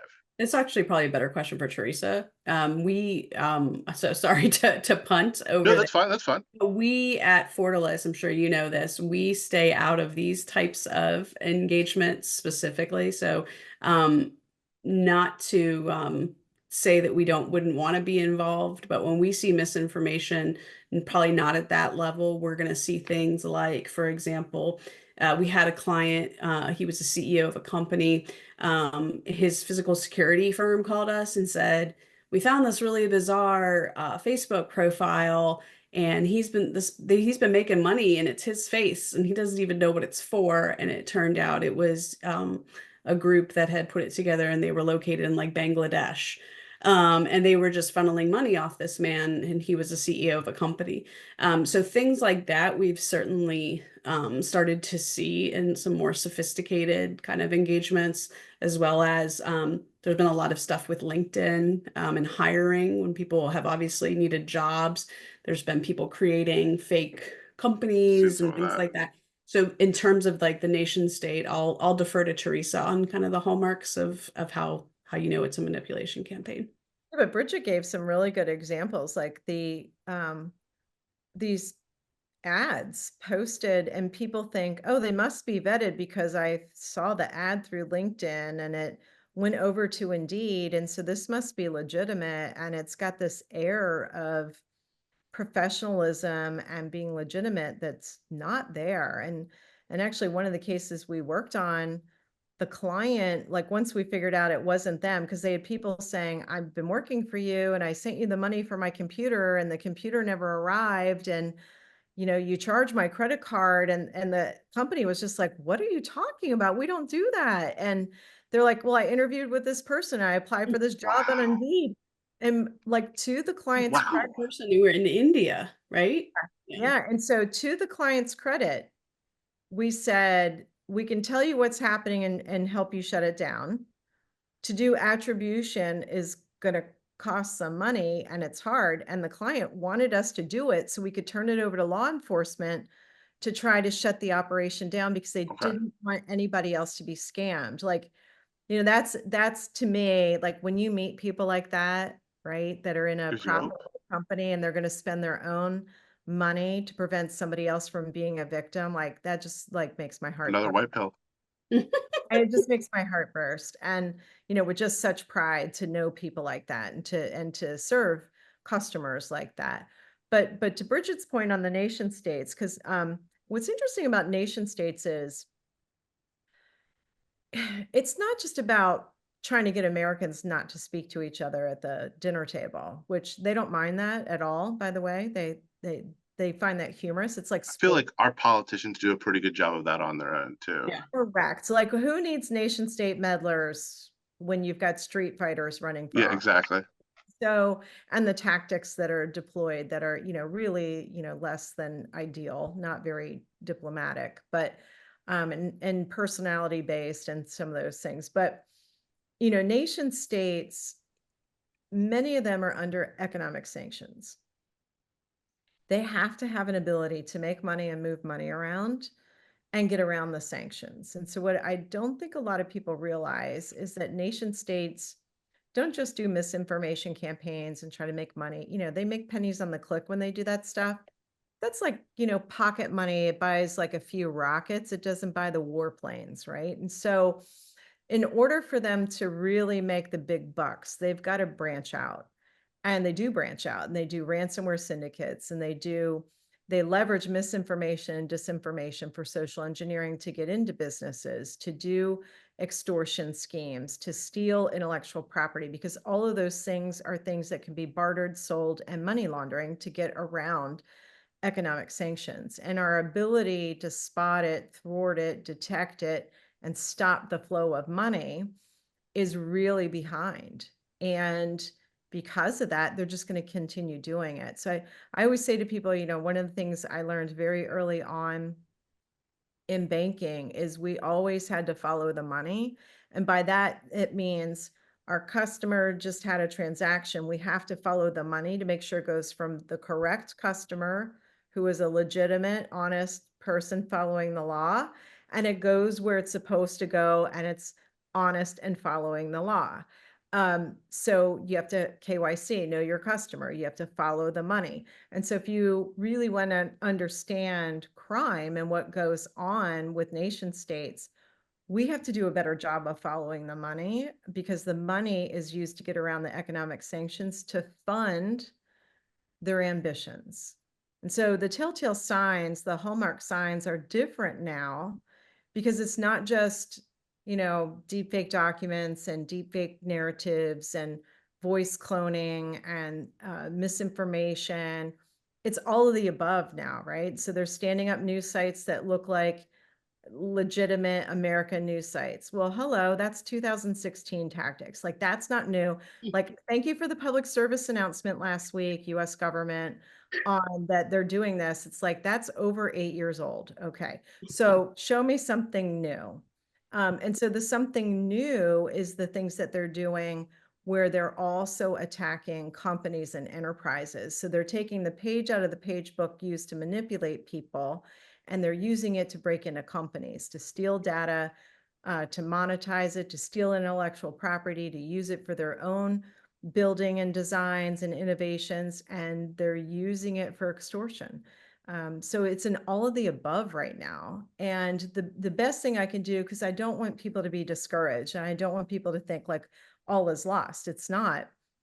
But the best thing you can do is just understand that nation states will target every system, every individual, again, to fund their economic ambitions for their nation and whatever those economic ambitions are. And so our goal is to basically outthink and outsmart them.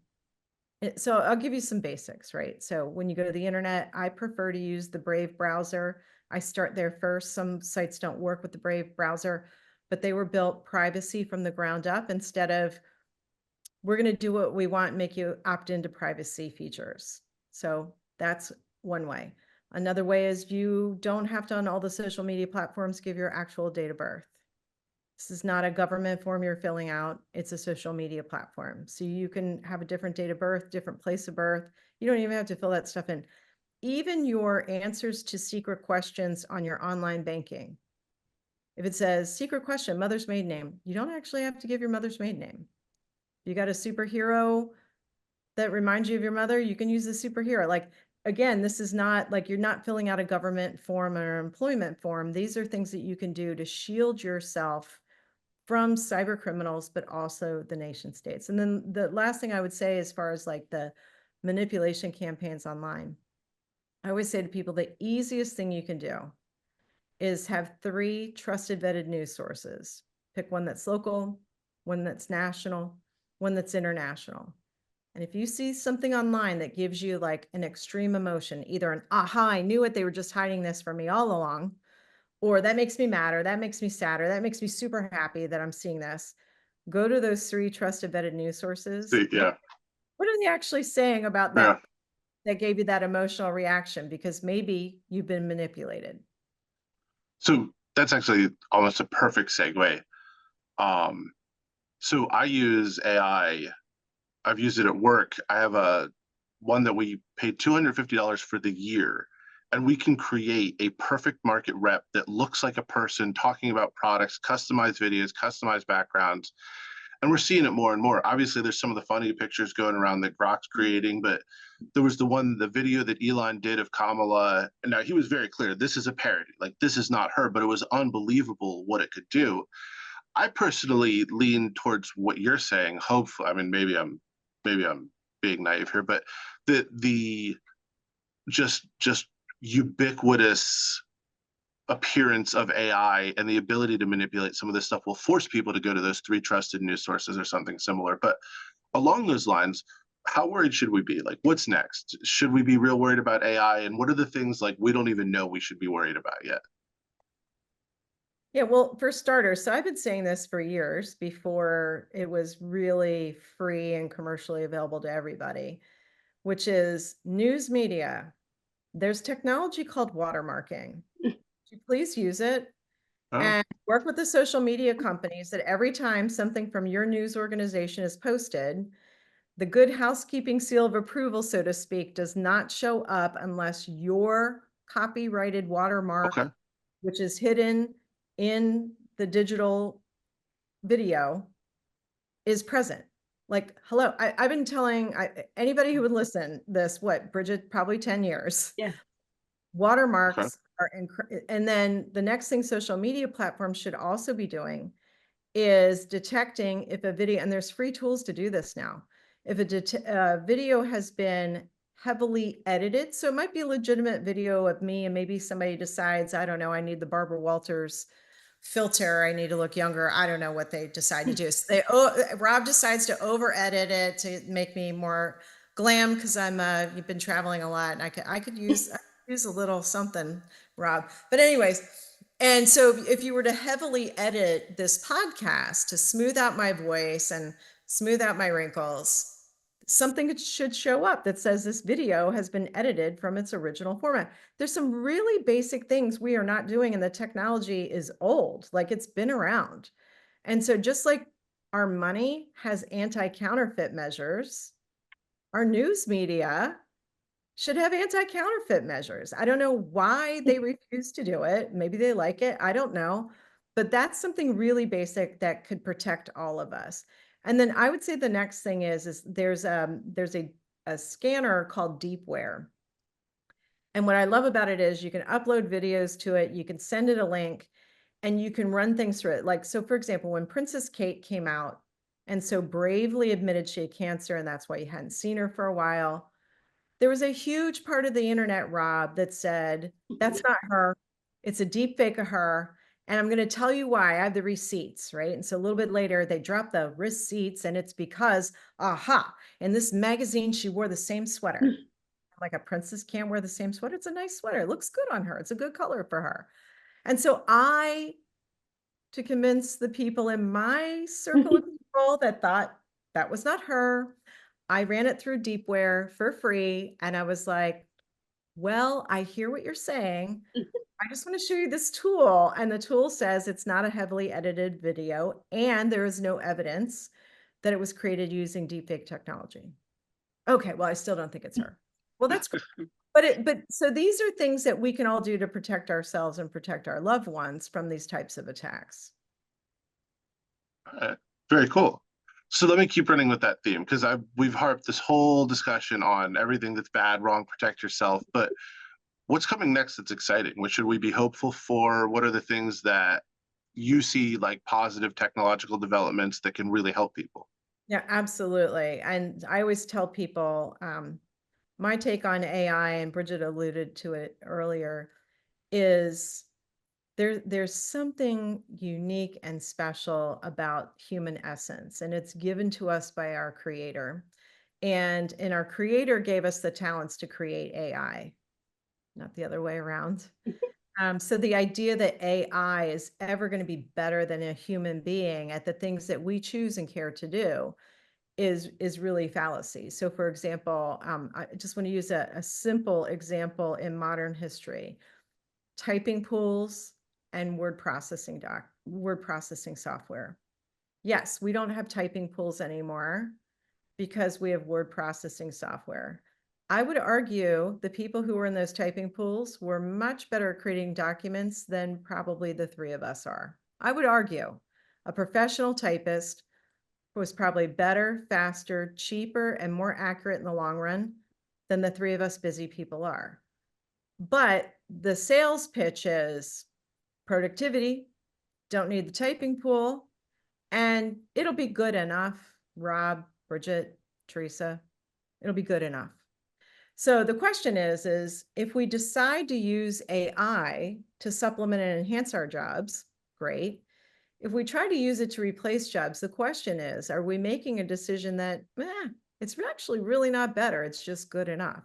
And is it really less expensive? I think I've got a lot of open questions about the less expensive part, but I want to talk about what I see coming that I am really energized about. If you take the power of AI to go through mounds of data run by an intelligent person who is like a data scientist or a data engineer or really understands a certain line of business, if you take the power to run through all that data with somebody trained in that line of business, let's take healthcare, for example. Let's take somebody who is a renowned, cancer scientist or cancer doctor. You take the power of AI and you take all the history of global cases of a certain type of cancer. Now you take the cancer patient in front of you who's been diagnosed and layer in, when we get to quantum computing, that'll give us the speed. And you run all of that through. I could foresee a way for us to create customized cancer treatment down to the individual's DNA that would truly be effective. And maybe we can't eradicate cancer, but we can give them a longer and better quality of life while they fight to beat the cancer. Like that to me it's worth it, right? So that is a really energizing use of the technology. The ability to maybe take a child who struggles in school, who really needs tutoring, but maybe their family does not have the means to afford the best and brightest tutor, or maybe they don't even have the means to take off work to get their kid to the tutor. The idea that we could create kind of a virtual reality tutor who's really gifted at meeting kids at a certain age where they are with their disability to learn the topic and to be able to use deepfake technology to sort of expand their wingspan to reach more children in a virtual way or some type of hands-on way, but leveraging the technology of deepfake to interact with the kids, like that to me is a really powerful and a really altruistic use of the technology. So if we can get our guardrails right and our ethics right and agree to international standards of how it should be used to work for us and not replace us, but work for us. I don't need AI to write copy and replace people who do copy editing. I need AI to I don't know, do my actually I like doing my kids' laundry. I like touching my kids' clothes and knowing I contributed to them, having a good day and a nice fit, as the kids call it these days. Fit. But there's certain things that I would like my life enhanced. And that's where I want the technology working for us. And I do see that potential there. I don't know, Bridget, you probably have some ideas too of how AI could really make a difference. Well, I was just going to say, to your first example in healthcare, there was already a real life example where a child had been very, very ill for 2 or 3 years. The mother, I think the child lived in Australia, and she had gone to several specialists and they kept putting him on medications and it just kept getting worse. And so one night, as she described it, she was exhausted. The kid had just fallen asleep. She pulled up ChatGPT and she just put in all of his symptoms. And there was tons, and it thought, and it came back with just one syndrome. And she had never heard of it. No doctor had ever mentioned it. So she Googled it, and it was incredibly rare, like super, super rare. So she was after, and the doctor was like, this is what he has, and there's medication for it. and he is now doing well. I mean, he was young, so it was really stunting his growth.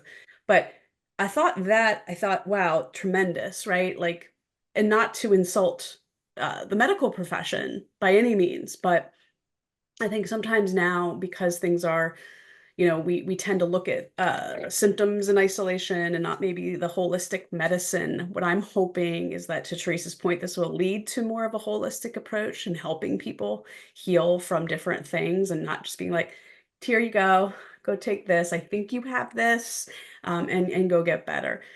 The second thing is kind of interesting, though. I have to give this example because my daughter was writing book reports this summer, and she read the book early on, and she couldn't remember a couple of the parts, and I'd never read the book. So I went to ChatGPT and I was like, it says that this person, blah, blah, blah. She goes, that's not right.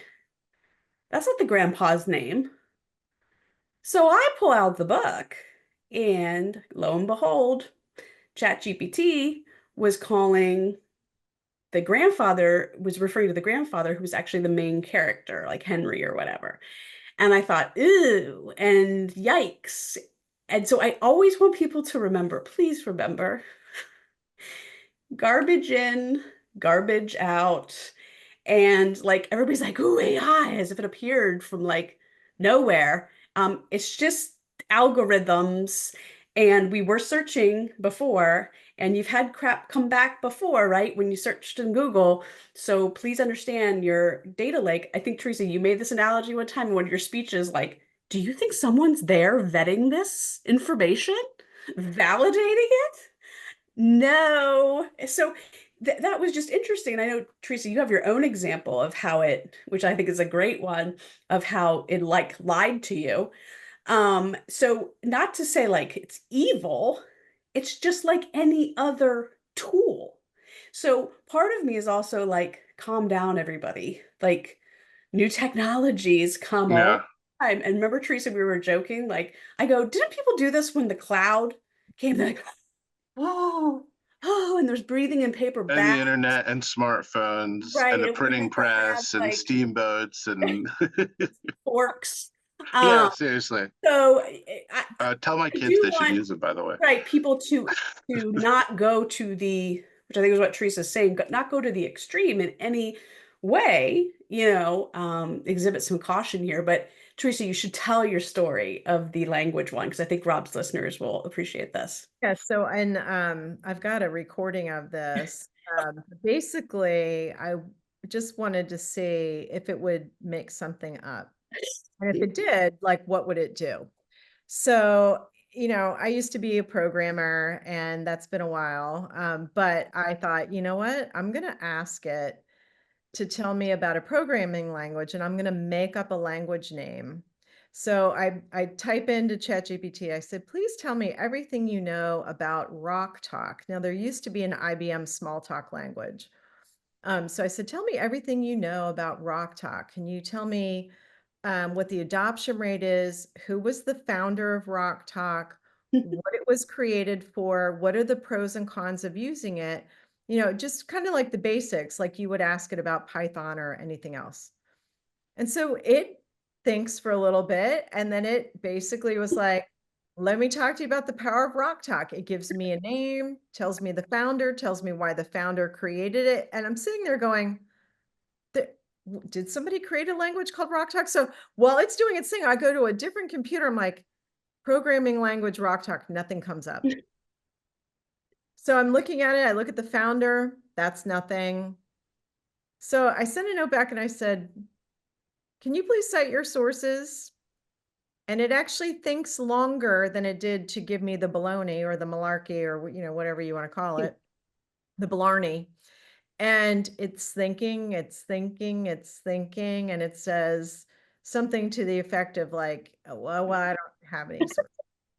Wow. It's like, I'm sorry, like maybe you don't understand the. And so I basically said, yeah, you just make all of this up.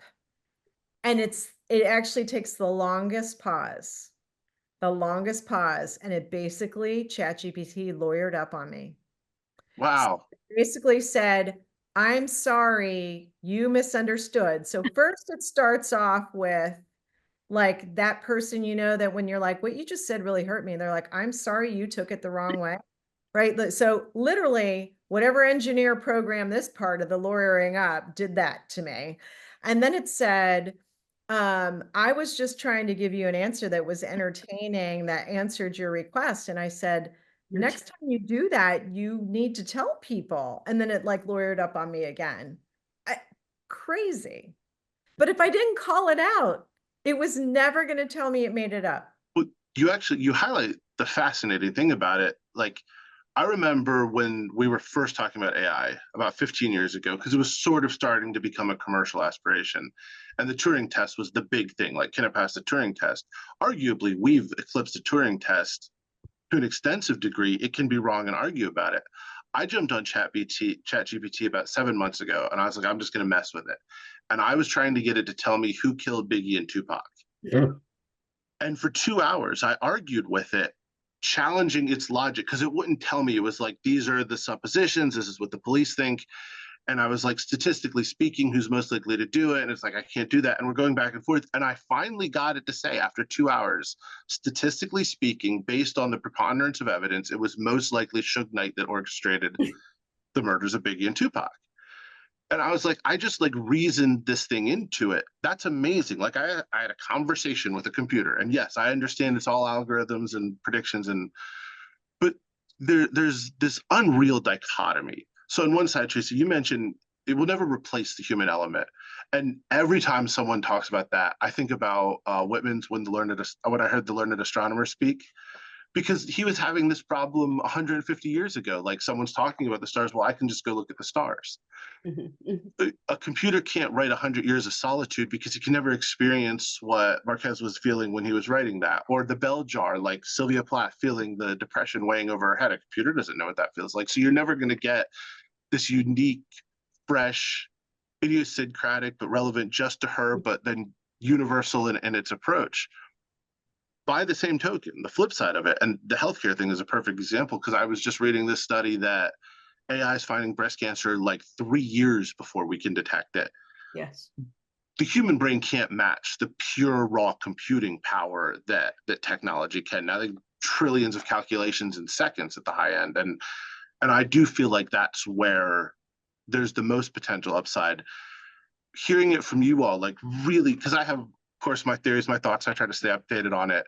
But this is fascinating. Like, we're going to end this call, and I'm going to book you all for a return one, because this has been amazing. But we've gone way longer than the time I had asked for. I appreciate this so much. Let me get one last question from you, just from the perspective of true experts in this field, also people who are highly engaged in the political and American process, the narrative, the discourse. What message would you send to a libertarian office? What should we be thinking about from, the quote unquote 35,000 foot view? How can we be more engaged and effective citizens from a cyber and digital perspective? Yeah, just focus on protecting yourself, taking those simple steps, updating your browsers, updating your operating systems, having multiple email addresses, get burner phone numbers. Google's got, don't give out your real cell phone number to everything you do online. Get burner numbers for that, and you can forward it to your cell.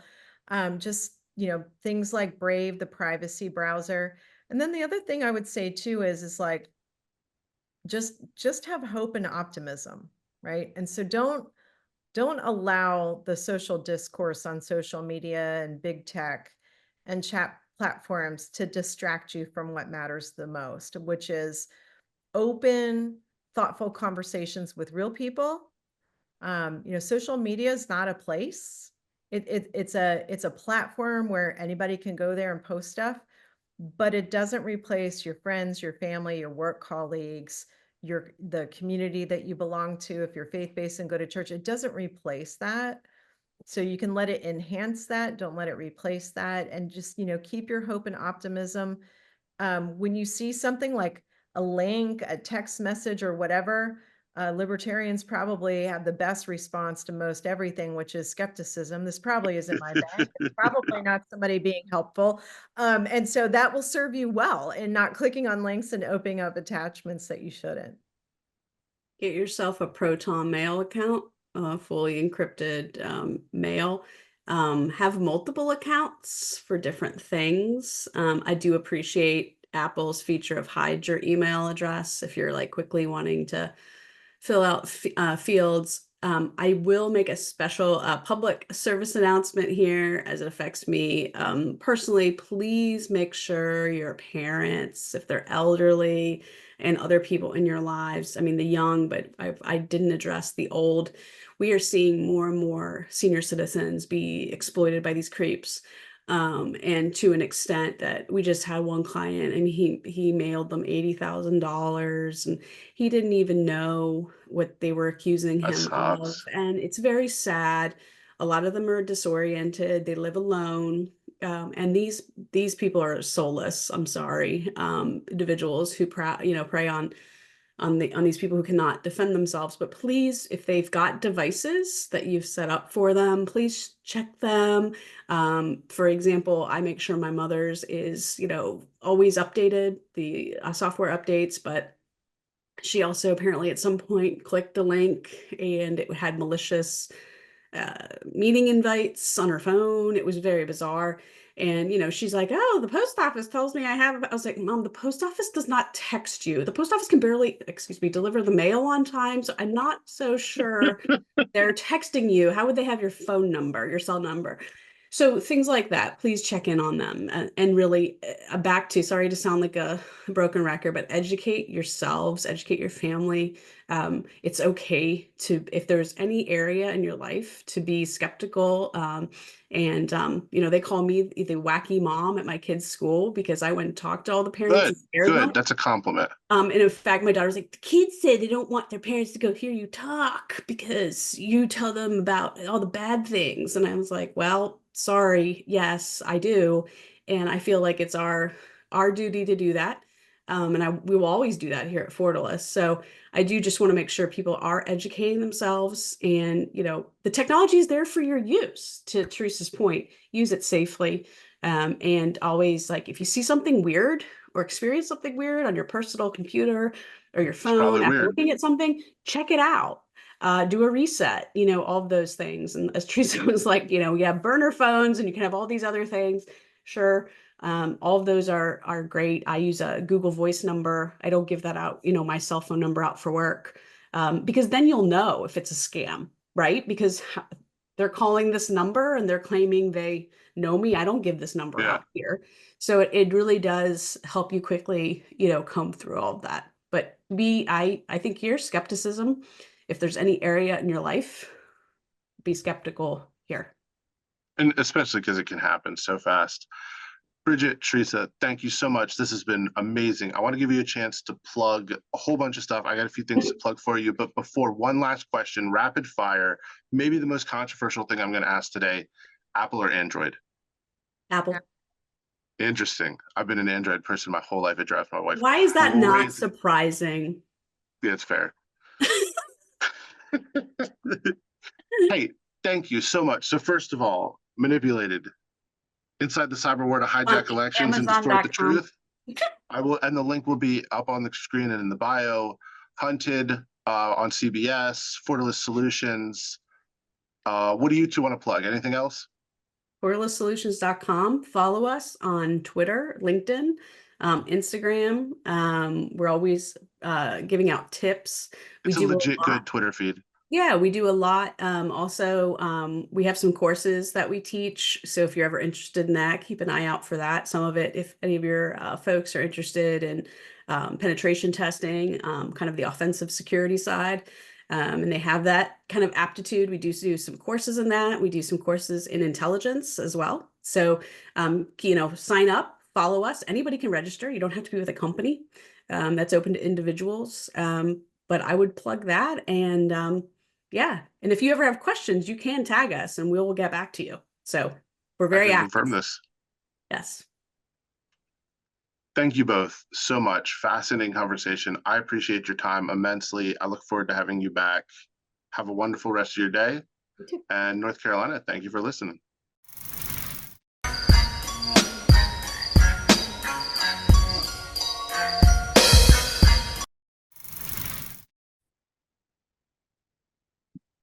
Hey! It's been a while, everybody. How you doing? It has. How you doing, Dub Dub? It's been a minute. I'm doing great. I hope last week you weren't caught off guard by the false fall we had. No. I warned my people around here. I was like, listen, y'all, this is the false fall. Summer's gonna come back with revenge, and it came back with revenge. And you know what? We had these storms roll through last night. It's going to be a little bit cooler next couple of days. But again, these are just tastes. This is not the real thing. Do not get your hopes up. Equinox not passed. Still another, let's see, it's the second today, another 21 days, another 3 weeks. So, What's your shirt say, man? well, we are like-minded tonight. We did not plan this. He's wearing his Panthers hat. I'm wearing my own Sundays. We keep pounding. Keep pounding. Yes. And hopefully we can pound through some of those defenses as good as they pounded through the Buffalo Bills defense in that last game. Yes, I know it was ones versus 1.5s and 2s, but that is what we wanted to see last year from Bryce Young, but I have to give a shout out to another podcast that I listen to, and it's called This Team is Killing Us. And it's put on by Dimitri Ravanos and Lauren Brownlow. And if people know who Lauren Brownlow is around that area, she is formerly of 99.9 FM, and she joined Ovies and Gilio in their media network that they started last year. For anybody that's familiar, and they have this podcast.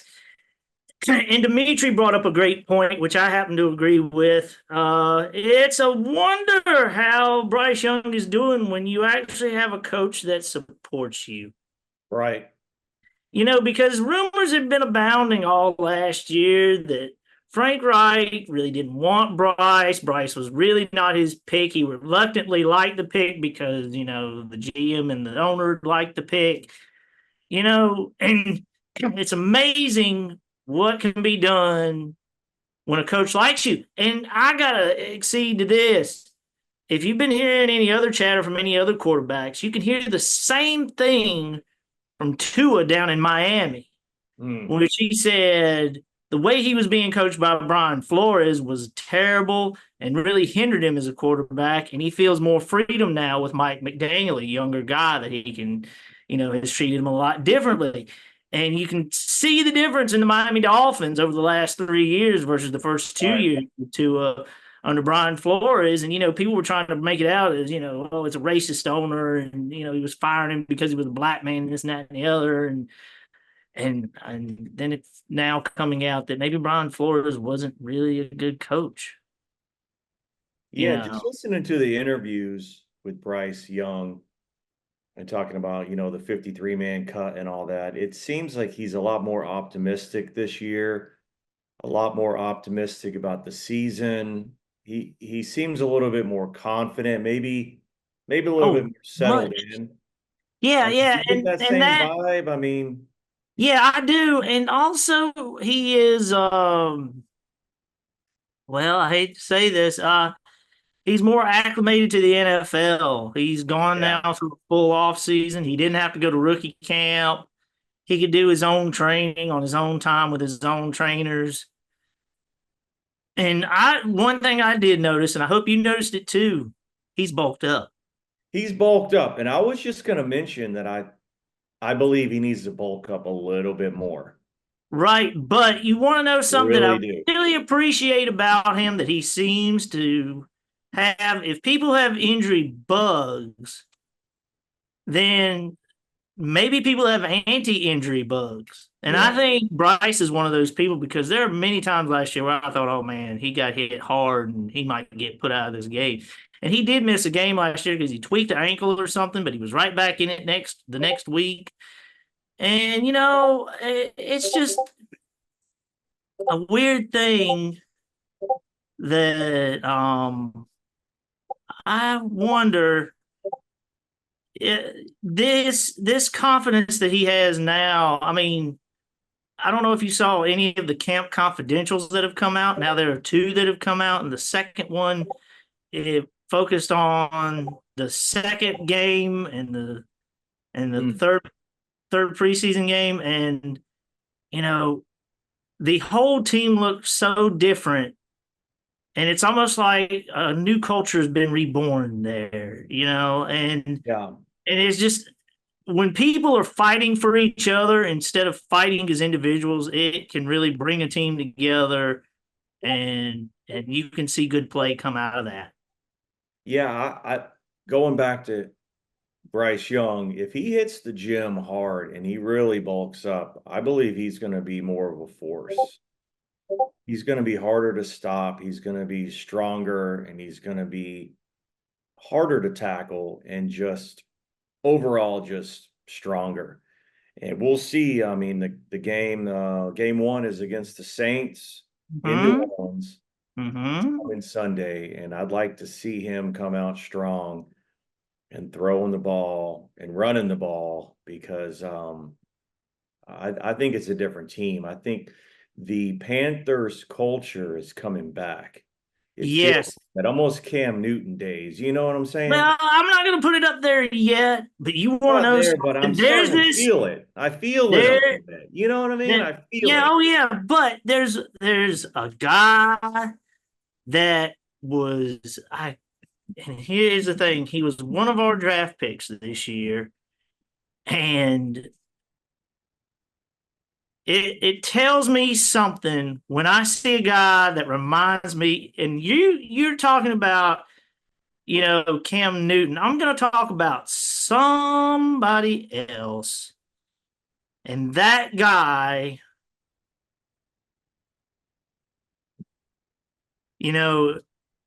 I am just so excited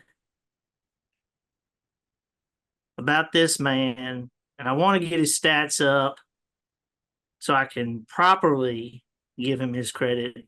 The man from Kentucky, Trevin Wallace, number 56. He is a rookie. And you want to know something? The way I saw him play these 3 games, it is reminding me, if you flip that 6 around in the 56, what do you get?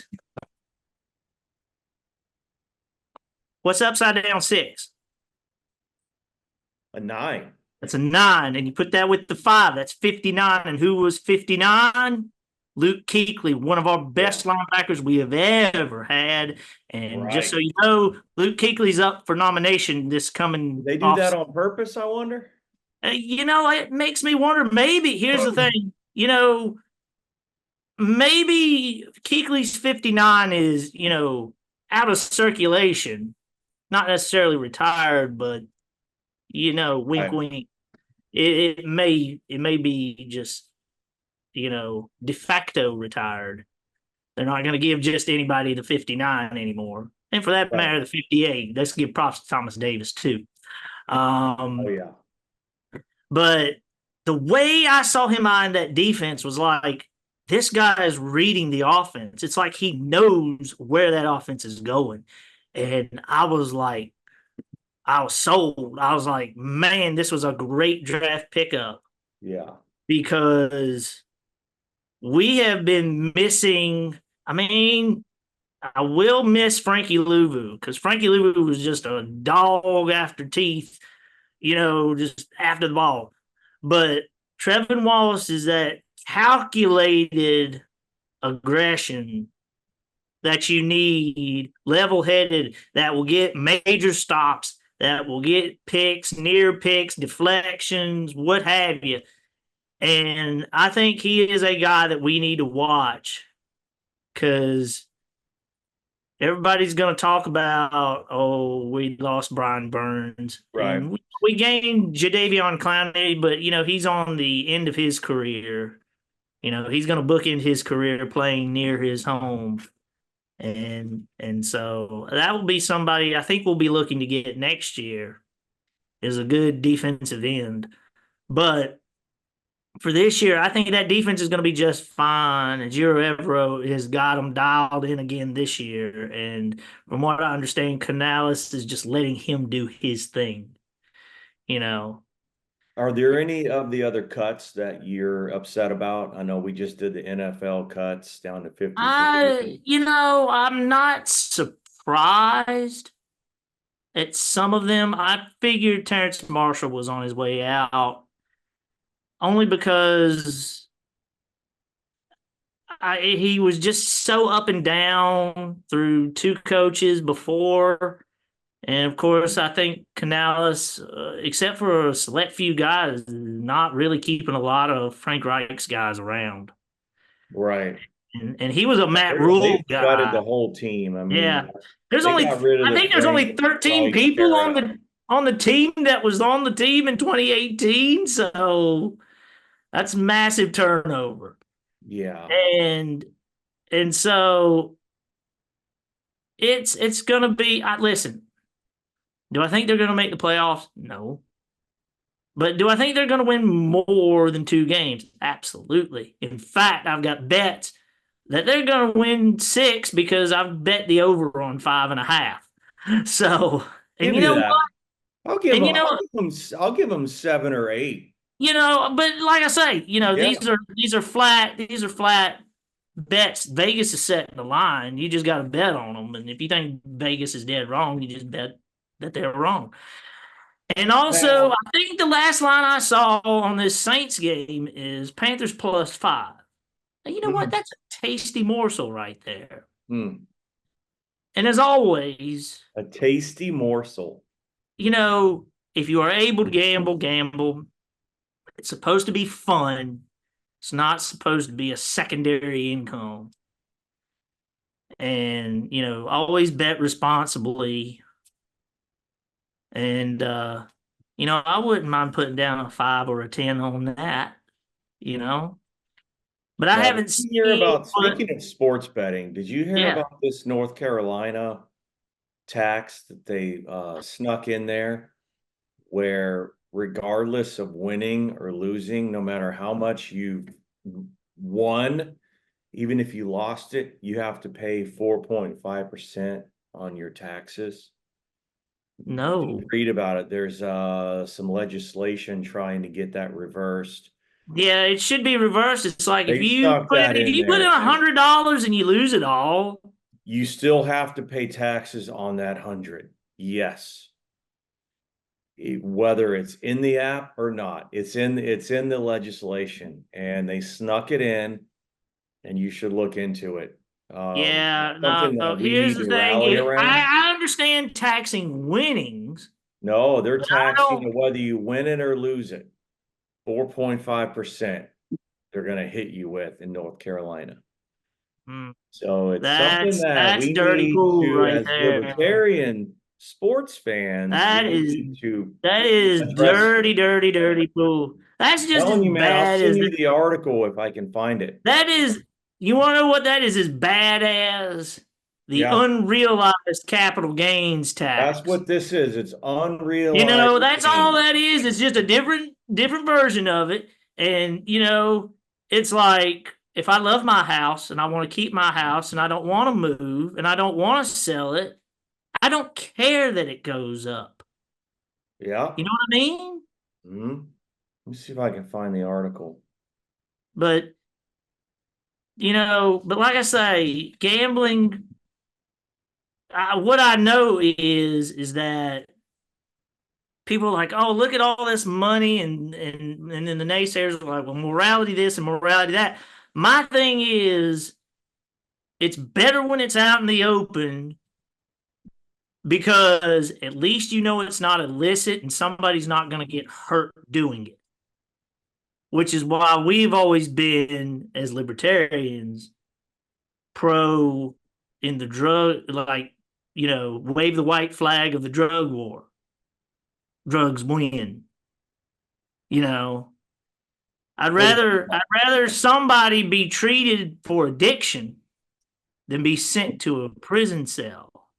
It should be addressed as a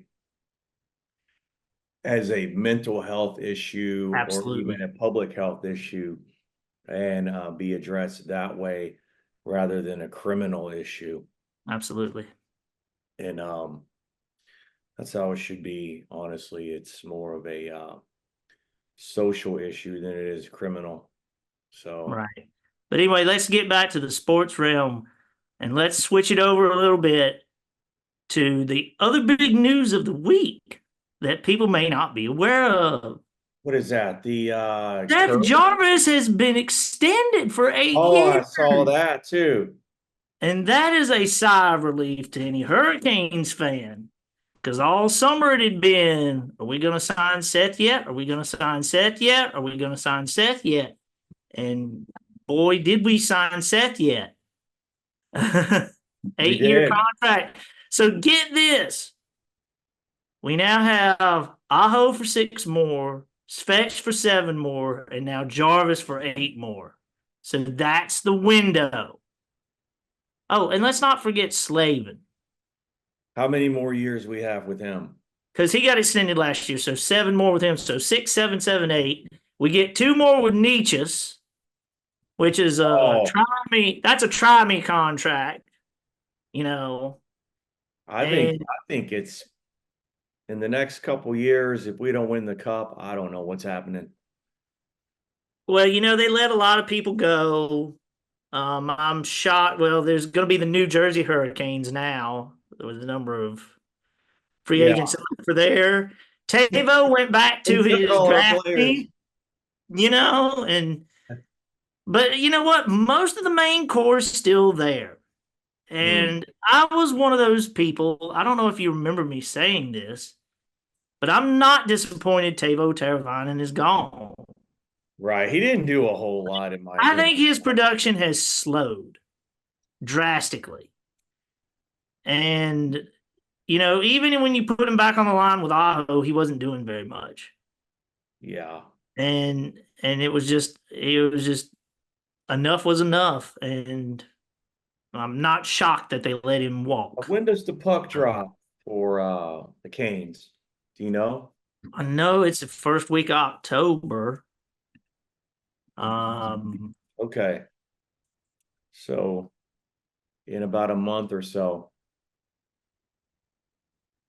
Yeah, so we're gonna have our hockey back here. Well, you got to count preseason. The preseason opens on September 24th. Oh, yeah, okay. But the opening game this year is Tampa on October the 11th. Okay. It's best time of the year.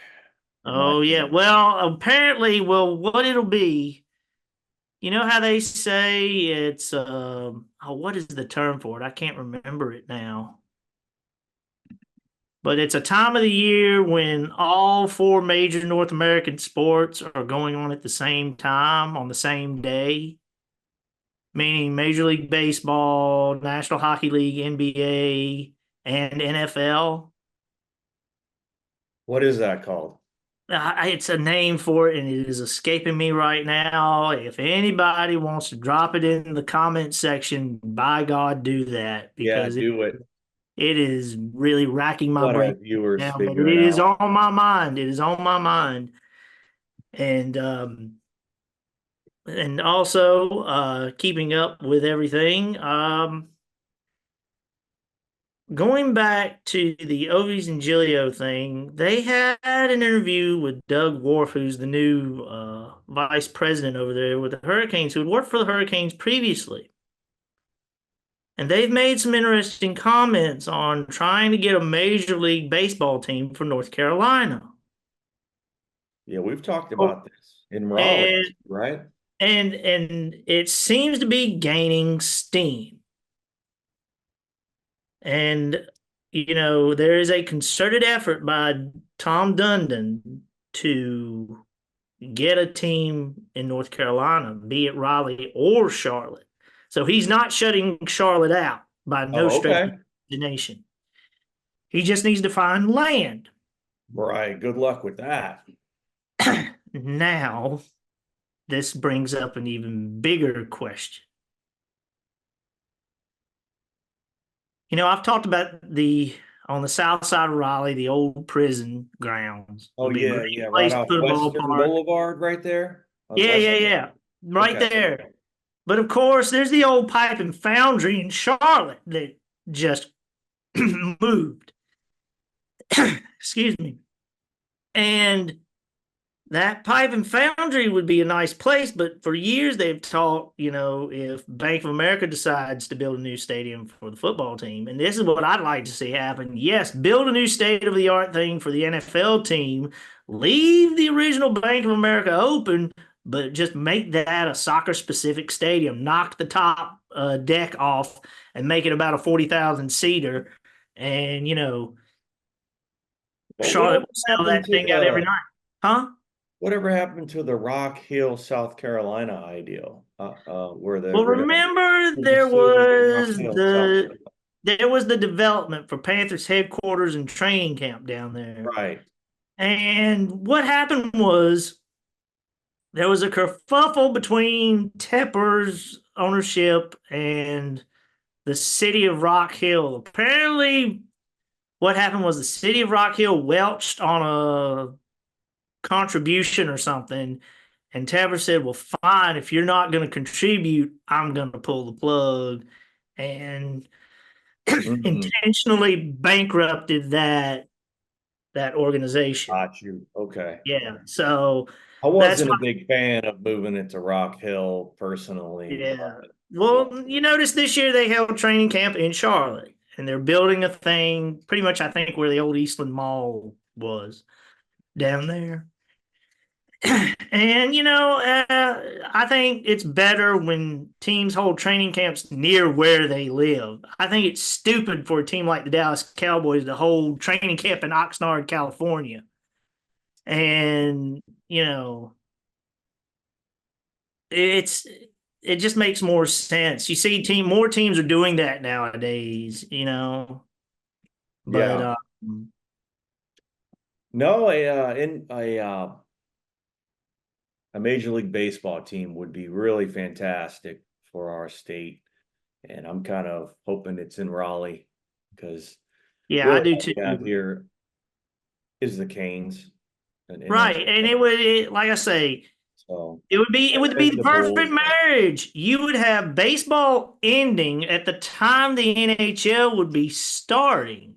Well, it'd be perfect. And if the baseball team just happened to make the playoffs, they'd have a playoff run right at opening night of the Hurricanes. They'd be playing either the first round, the wild card series, or the divisional series on October 11th this year. So, and now that there's universal DH, it doesn't matter whether they get put in the American or the National League. Right. So, but I would say they would probably get put in the National League and probably get put in the National League East. And if baseball went to 32 teams, I could see them doing an NFL thing and splitting it into 4 divisions with 3 wild cards. Yeah. And, because that would keep it at 7, which is what they've gone to, is 7 teams, 3 division winners and 4 wild cards, right? Believe so. Or is it 3 or is it 5? I think it's 3 wild. Or is it 6? No. It's 6. 6 per. Is it 6? Yeah,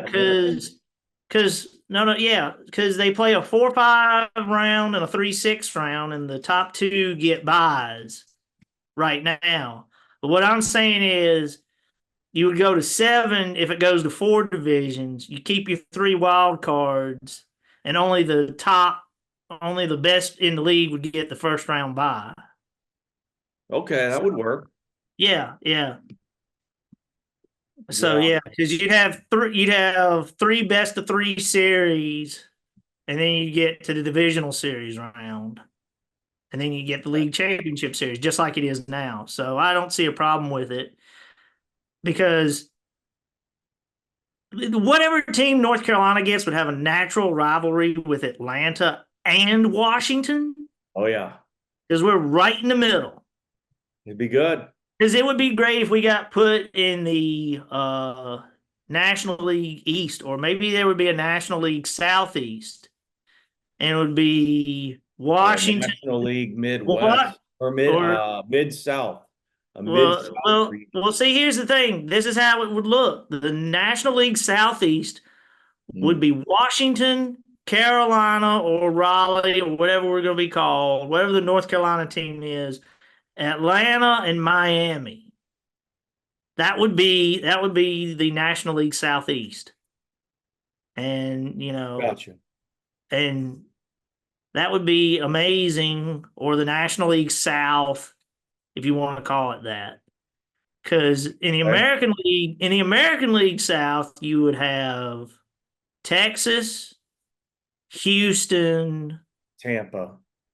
No. Oh yeah, Tampa. That's right. Tampa's another team. Yeah, Texas, Houston, Tampa. Yep. And if you make Nashville the other team, it would be Nashville. Yeah. So that would be the American League South. Mm-hmm. It's either that, or if they don't put a team in Nashville, it's Tampa, Houston, Texas, and St. Louis? No, you can't break up St. Louis and Chicago. Rangers. You can't break up. That's Texas. Texas is Arlington. Mm-hmm. Because there's no team in Oklahoma. There's no New Orleans. There's no Mississippi. I don't know, maybe Arizona. Yeah, but you're going to break up Arizona with whatever is right now the National League West? I don't know. Because you have San Francisco. Because it's like San Francisco. The odd man out is Colorado. Yeah. We'd let them figure it out. Because you'd have to put Colorado in with whatever the Midwest teams were. Milwaukee, Chicago, St. Louis, Colorado. Yeah, that would have to be it. Well, but anyway, we gotta stop. We gotta stop talking baseball. Yeah, so keep up with us. Yes. NFL season is upon us. Starts this Thursday, and we will bring you all the highlights. Yeah. Let's not forget one more thing. This Thursday's opening Thursday with the Ravens and the Chiefs. But also remember, it is a Friday game this week. Yeah, I saw that too. Packers and Eagles in Brazil. So it's the Brazil game on Friday. And of course, we have college football on Saturday. And then Sunday is for everyone else. And then Monday night football. 1 o'clock game in New Orleans. So keep pounding, brother. Keep pounding. This is our year. We got this. And we appreciate everyone tuning in, sticking around to the best. And if you're not subscribed, why aren't you? Click the like, click the subscribe. Share with your friends. Tell your friends. Send the shares. Send the links. Send it all. Tell all your friends how awesome this show is. You'll hear it all here, folks. Yep. And if you see us in the wild, we'll say hi, hello to you. We will. We will. We may be a little busy, but we will stop and say hello. We're not too pretentious like that. You know what I mean? Right. So anyways, folks, we will talk soon, and we will see you next time. Until then, keep pounding. Keep pounding.